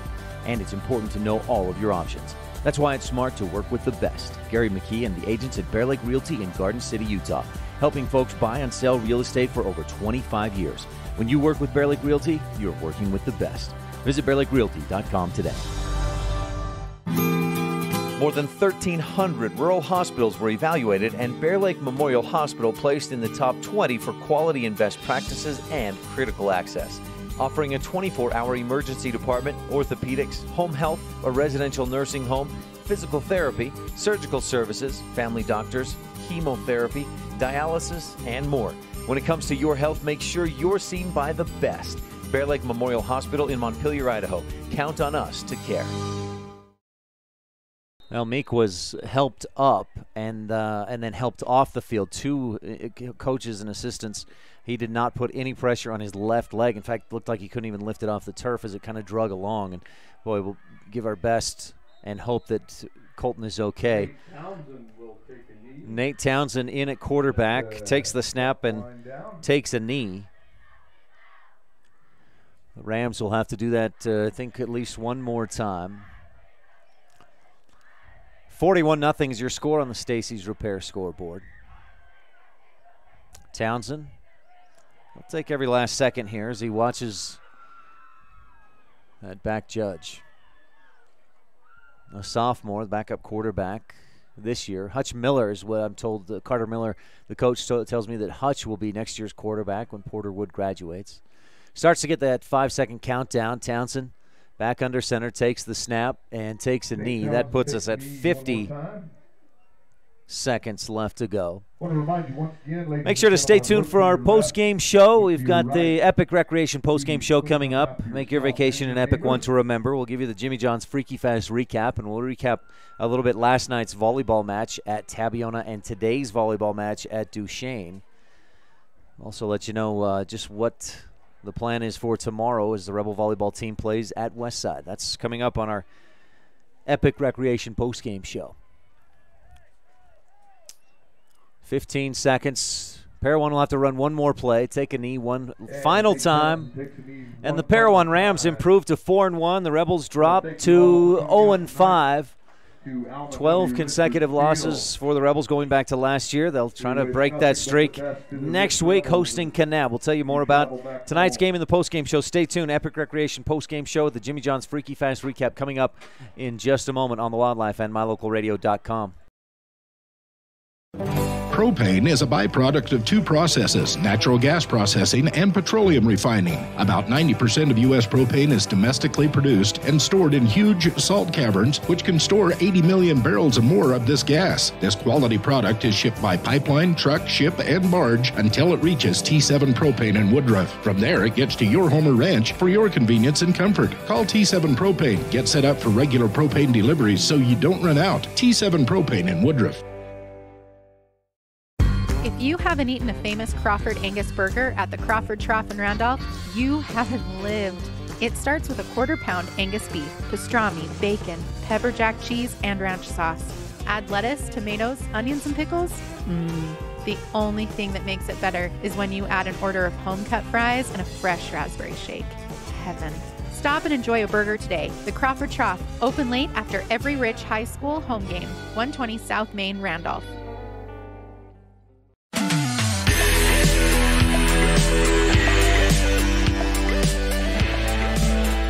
Well, that fourth quarter was brought to you by Bear Lake Realty. Visit bearlakerealty.com for any real estate needs you have in the Bear Lake area. Gary, Nammer, McKee, and Garden City. bearlakerealty.com. Welcome to the postgame show brought to you by Epic Recreation. Let's bring you first the Jimmy John's Freaky Fast recap. Jimmy John's at 113 Front Street in Evanston, where they spend 6 hours daily slicing all natural meats and fresh produce for your 30-second sandwich. Rebels at Parowan on Friday night, looking to break the losing streak, 0-4 on the season going into Parowan. And it didn't start too great defensively. Parowan took their first possession, just 6 plays to go 76 yards, and they converted the 2-point conversion. And within just under 3 minutes of the game starting, Parowan led 8-0. Rebels went 3 and out. Parowan went right back down, 5 plays, 84 yards. And 3.5 minutes later, it was 14-0. Again, the Rebels, they picked up a first down on their next drive, but were forced to punt, and the Rams answered. Parowan on their first 4 possessions went all the way to the end zone to pay dirt, and they led 26-0 at the half. Time of possession was Parowan almost 18 minutes to the Rebels just over 6 in the first half. Second half, things just about the same. Rebels found a little bit more success, got into Parowan territory a couple of times offensively, but couldn't ever get one into the end zone. The Parowan defense stuffs and shuts out the Rebels. Final score 41-0 on the Stacy's Repair scoreboard. The Rams finished with 495 yards of offense, 431 of those on the ground. Porter Wood, 94 rushing yards, 3 touchdowns. Cody Hansen, a rushing touchdown as well. Hutch Miller ran for a score also, and Wood also threw for a touchdown of 3 of 6 passing for 66 yards. Rebels with a 41-0 loss. Rams improved to 4-1. The Rebels at 0-5 on this season, just about at the midway, well, I guess just past the midway point of the regular season. That's your Jimmy John's Freaky Fast recap. Gourmet sandwiches fresh and fast every day at 113 Front Street in Evanston. Stay tuned. Quick break on the Epic Recreation postgame show. We'll talk with Rebel head coach Justin Grohl right after this on the Wildlife and MyLocalRadio.com. More than 1,300 rural hospitals were evaluated, and Bear Lake Memorial Hospital placed in the top 20 for quality and best practices and critical access. Offering a 24-hour emergency department, orthopedics, home health, a residential nursing home, physical therapy, surgical services, family doctors, chemotherapy, dialysis, and more. When it comes to your health, make sure you're seen by the best. Bear Lake Memorial Hospital in Montpelier, Idaho. Count on us to care. It's refreshing to know that when you're at Bear Lake, you can shop at a sporting goods store that treats you right. Pokestone Sporting has served residents and visitors for over 18 years. Get all you need to have fun at the lake and in the mountains. Licenses to fish and hunt, boat supplies, flotation devices, clothing, fishing equipment, toys for the kids, guns, and, of course, rentals. Winter, summer, spring, or fall, Pugstones has it all. Want it delivered to your door? Shop online, pugstonesporting.com.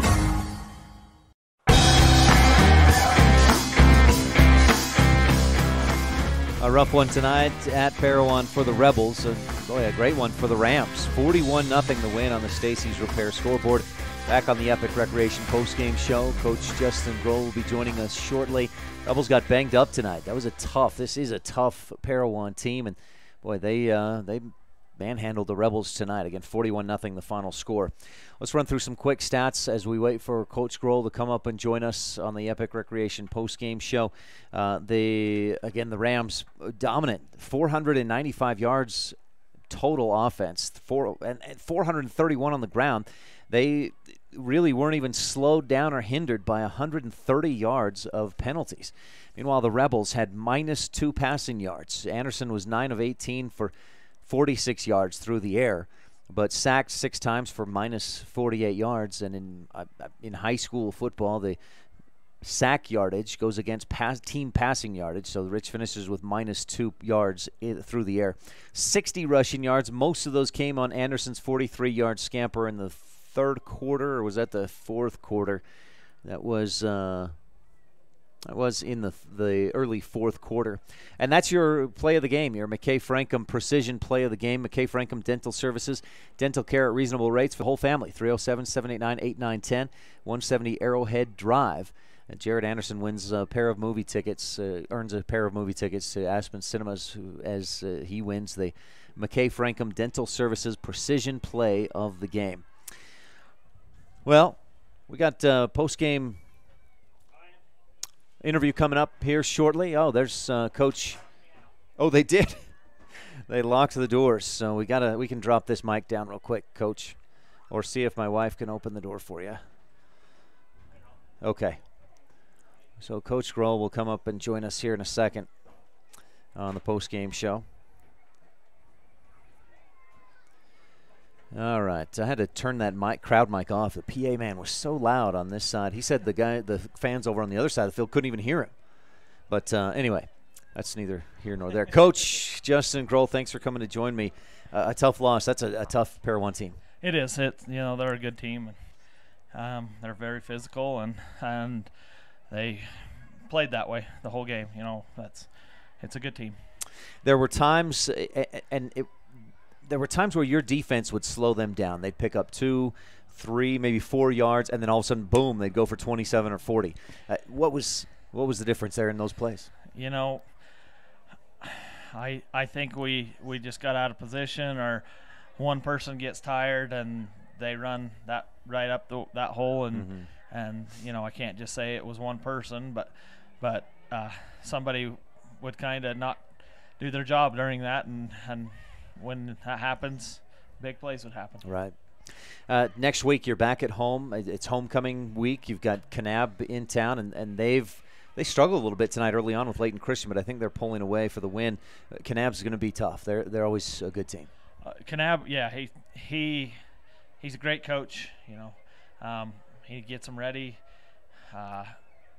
It's going to be a hard one.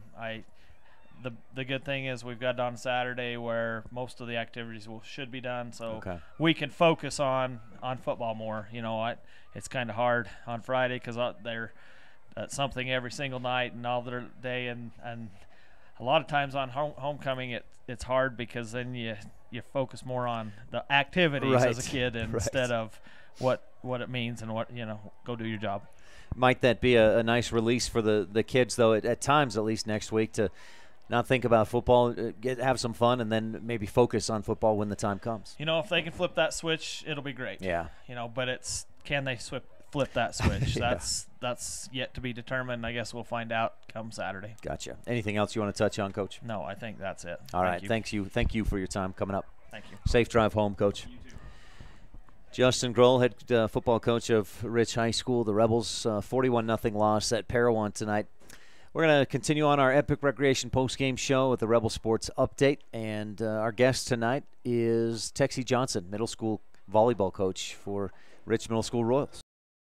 Ryan Steineckert with Texie Johnson, one of the assistant coaches for the Rebel volleyball team and also the middle school volleyball coach. Thanks for your time today, Coach. You're welcome. How's the middle school program going for Rich Royals volleyball? We're doing all right. It's early.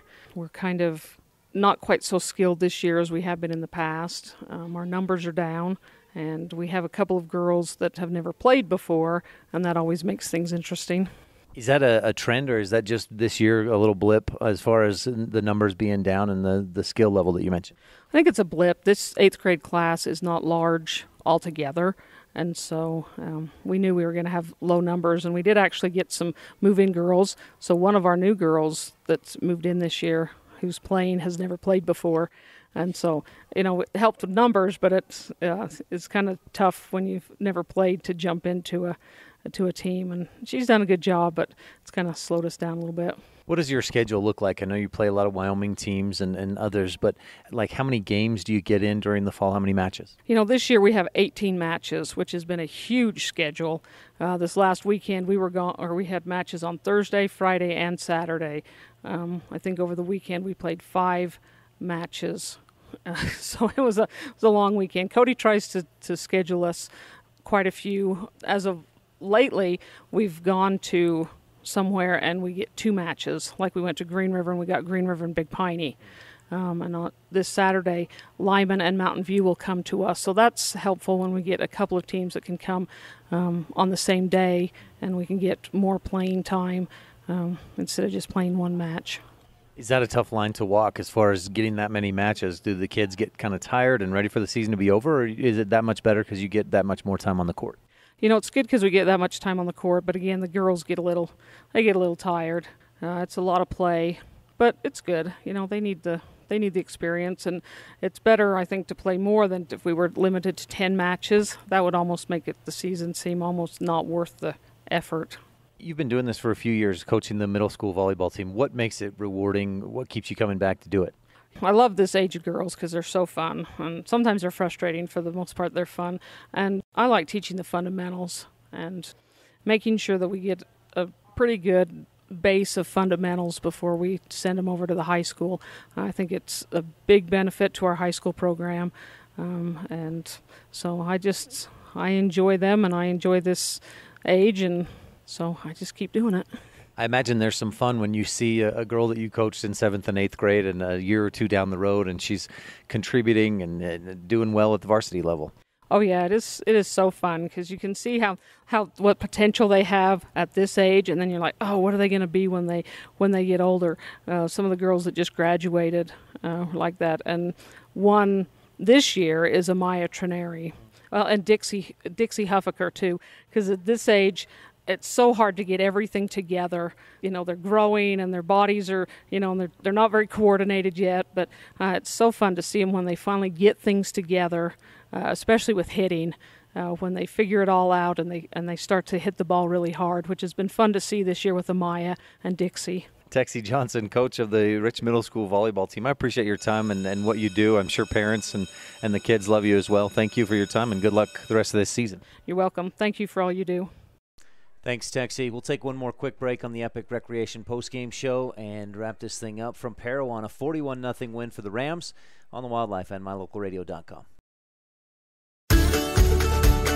In addition to local information and the best live coverage of local sports, you can stream music 24/7 at MyLocalRadio.com. Log on and choose the music you like best. Classic or modern country, indie, adult contemporary, or classic rock, stream it live through your computer or cell phone. Listen to the music you want and don't miss the information you need. Like us on Facebook and visit MyLocalRadio.com today. What are 2 words that tell the world you had the best time ever? Epic Recreation. That's right. Nothing else compares, and you do it all again. Epic Recreation rents equipment and cabins for your vacation fun at Bear Lake. Open year-round, Epic Recreation has everything you need. Boats, Sea-Doos, paddleboards, kayaks, UTVs, and more. When you want to have an epic vacation at Bear Lake, remember, Epic Recreation equals epic fun. Visit epicrecreation.net.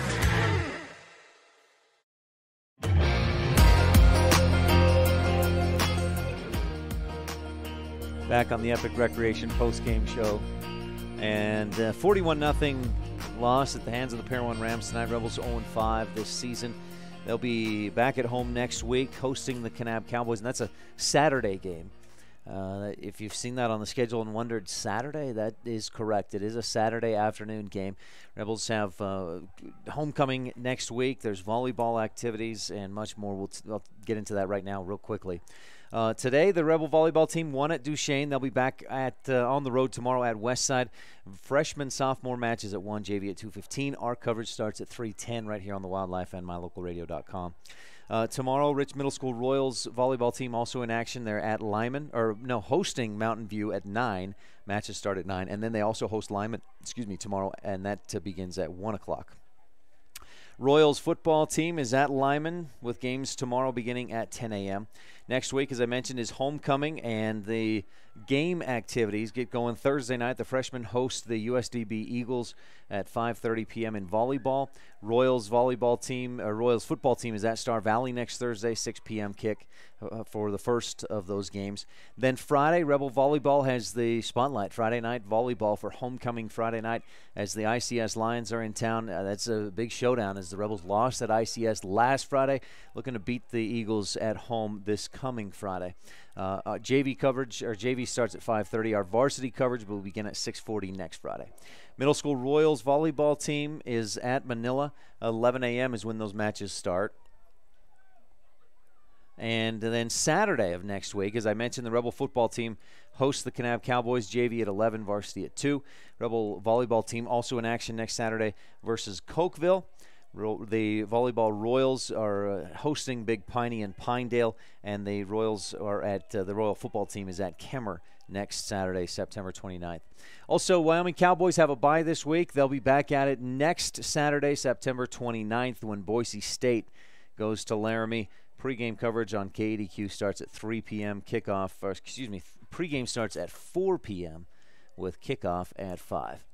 That's going to wrap this thing up. Again, a final score, 41-0 on the Stacy's Repair scoreboard. The Rams with the win over the Rebels. Parowan now 4-1. The Rebels 0-5 ahead of next week's game, hosting the Kanab Cowboys.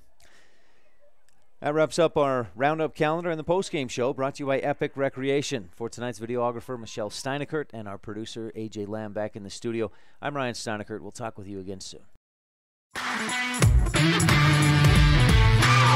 You've been tuned into Rich High School Rebel football on Rebel Radio, KADQ FM 98.3, with video online at mylocalradio.com. Today's game has been brought to you by these Rebels supporting businesses and individuals. Plains Tire, mylocalradio.com, Jensen Wood Motors in Montpelier, Idaho, Evanston Regional Hospital, Rocky Mountain Yeti, by the Bear Lake Convention and Visitors Bureau, Auto Farm, Castle Rock Chevrolet, Westar Printing and Rocky Mountain Sign, and by Cash Honda Yamaha in Logan. The preceding has been a wholly owned production of Old West Media, no portion of which may be used or rebroadcast without the express written consent of the aforementioned rights holder. Our executive producer is Val Cook. We thank our office manager, Kayleen Anderson, and our sales manager, Julie Burley, along with KNYN Sports Director, Jake Hibbert, Bridger Valley Sports Director, Sean Bennett, and production assistants, Jordan Bowie and AJ Lamb. Biggest thanks to all of our sponsors. We thank you so much, and to you for tuning in. We invite you to visit mylocalradio.com for archived games and past interviews with Rebel players and coaches. Thank you for joining us on this presentation of Rich Rebel Sports on KDQ FM 98.3 and online at mylocalradio.com. Until the next time Rich High football team takes the field,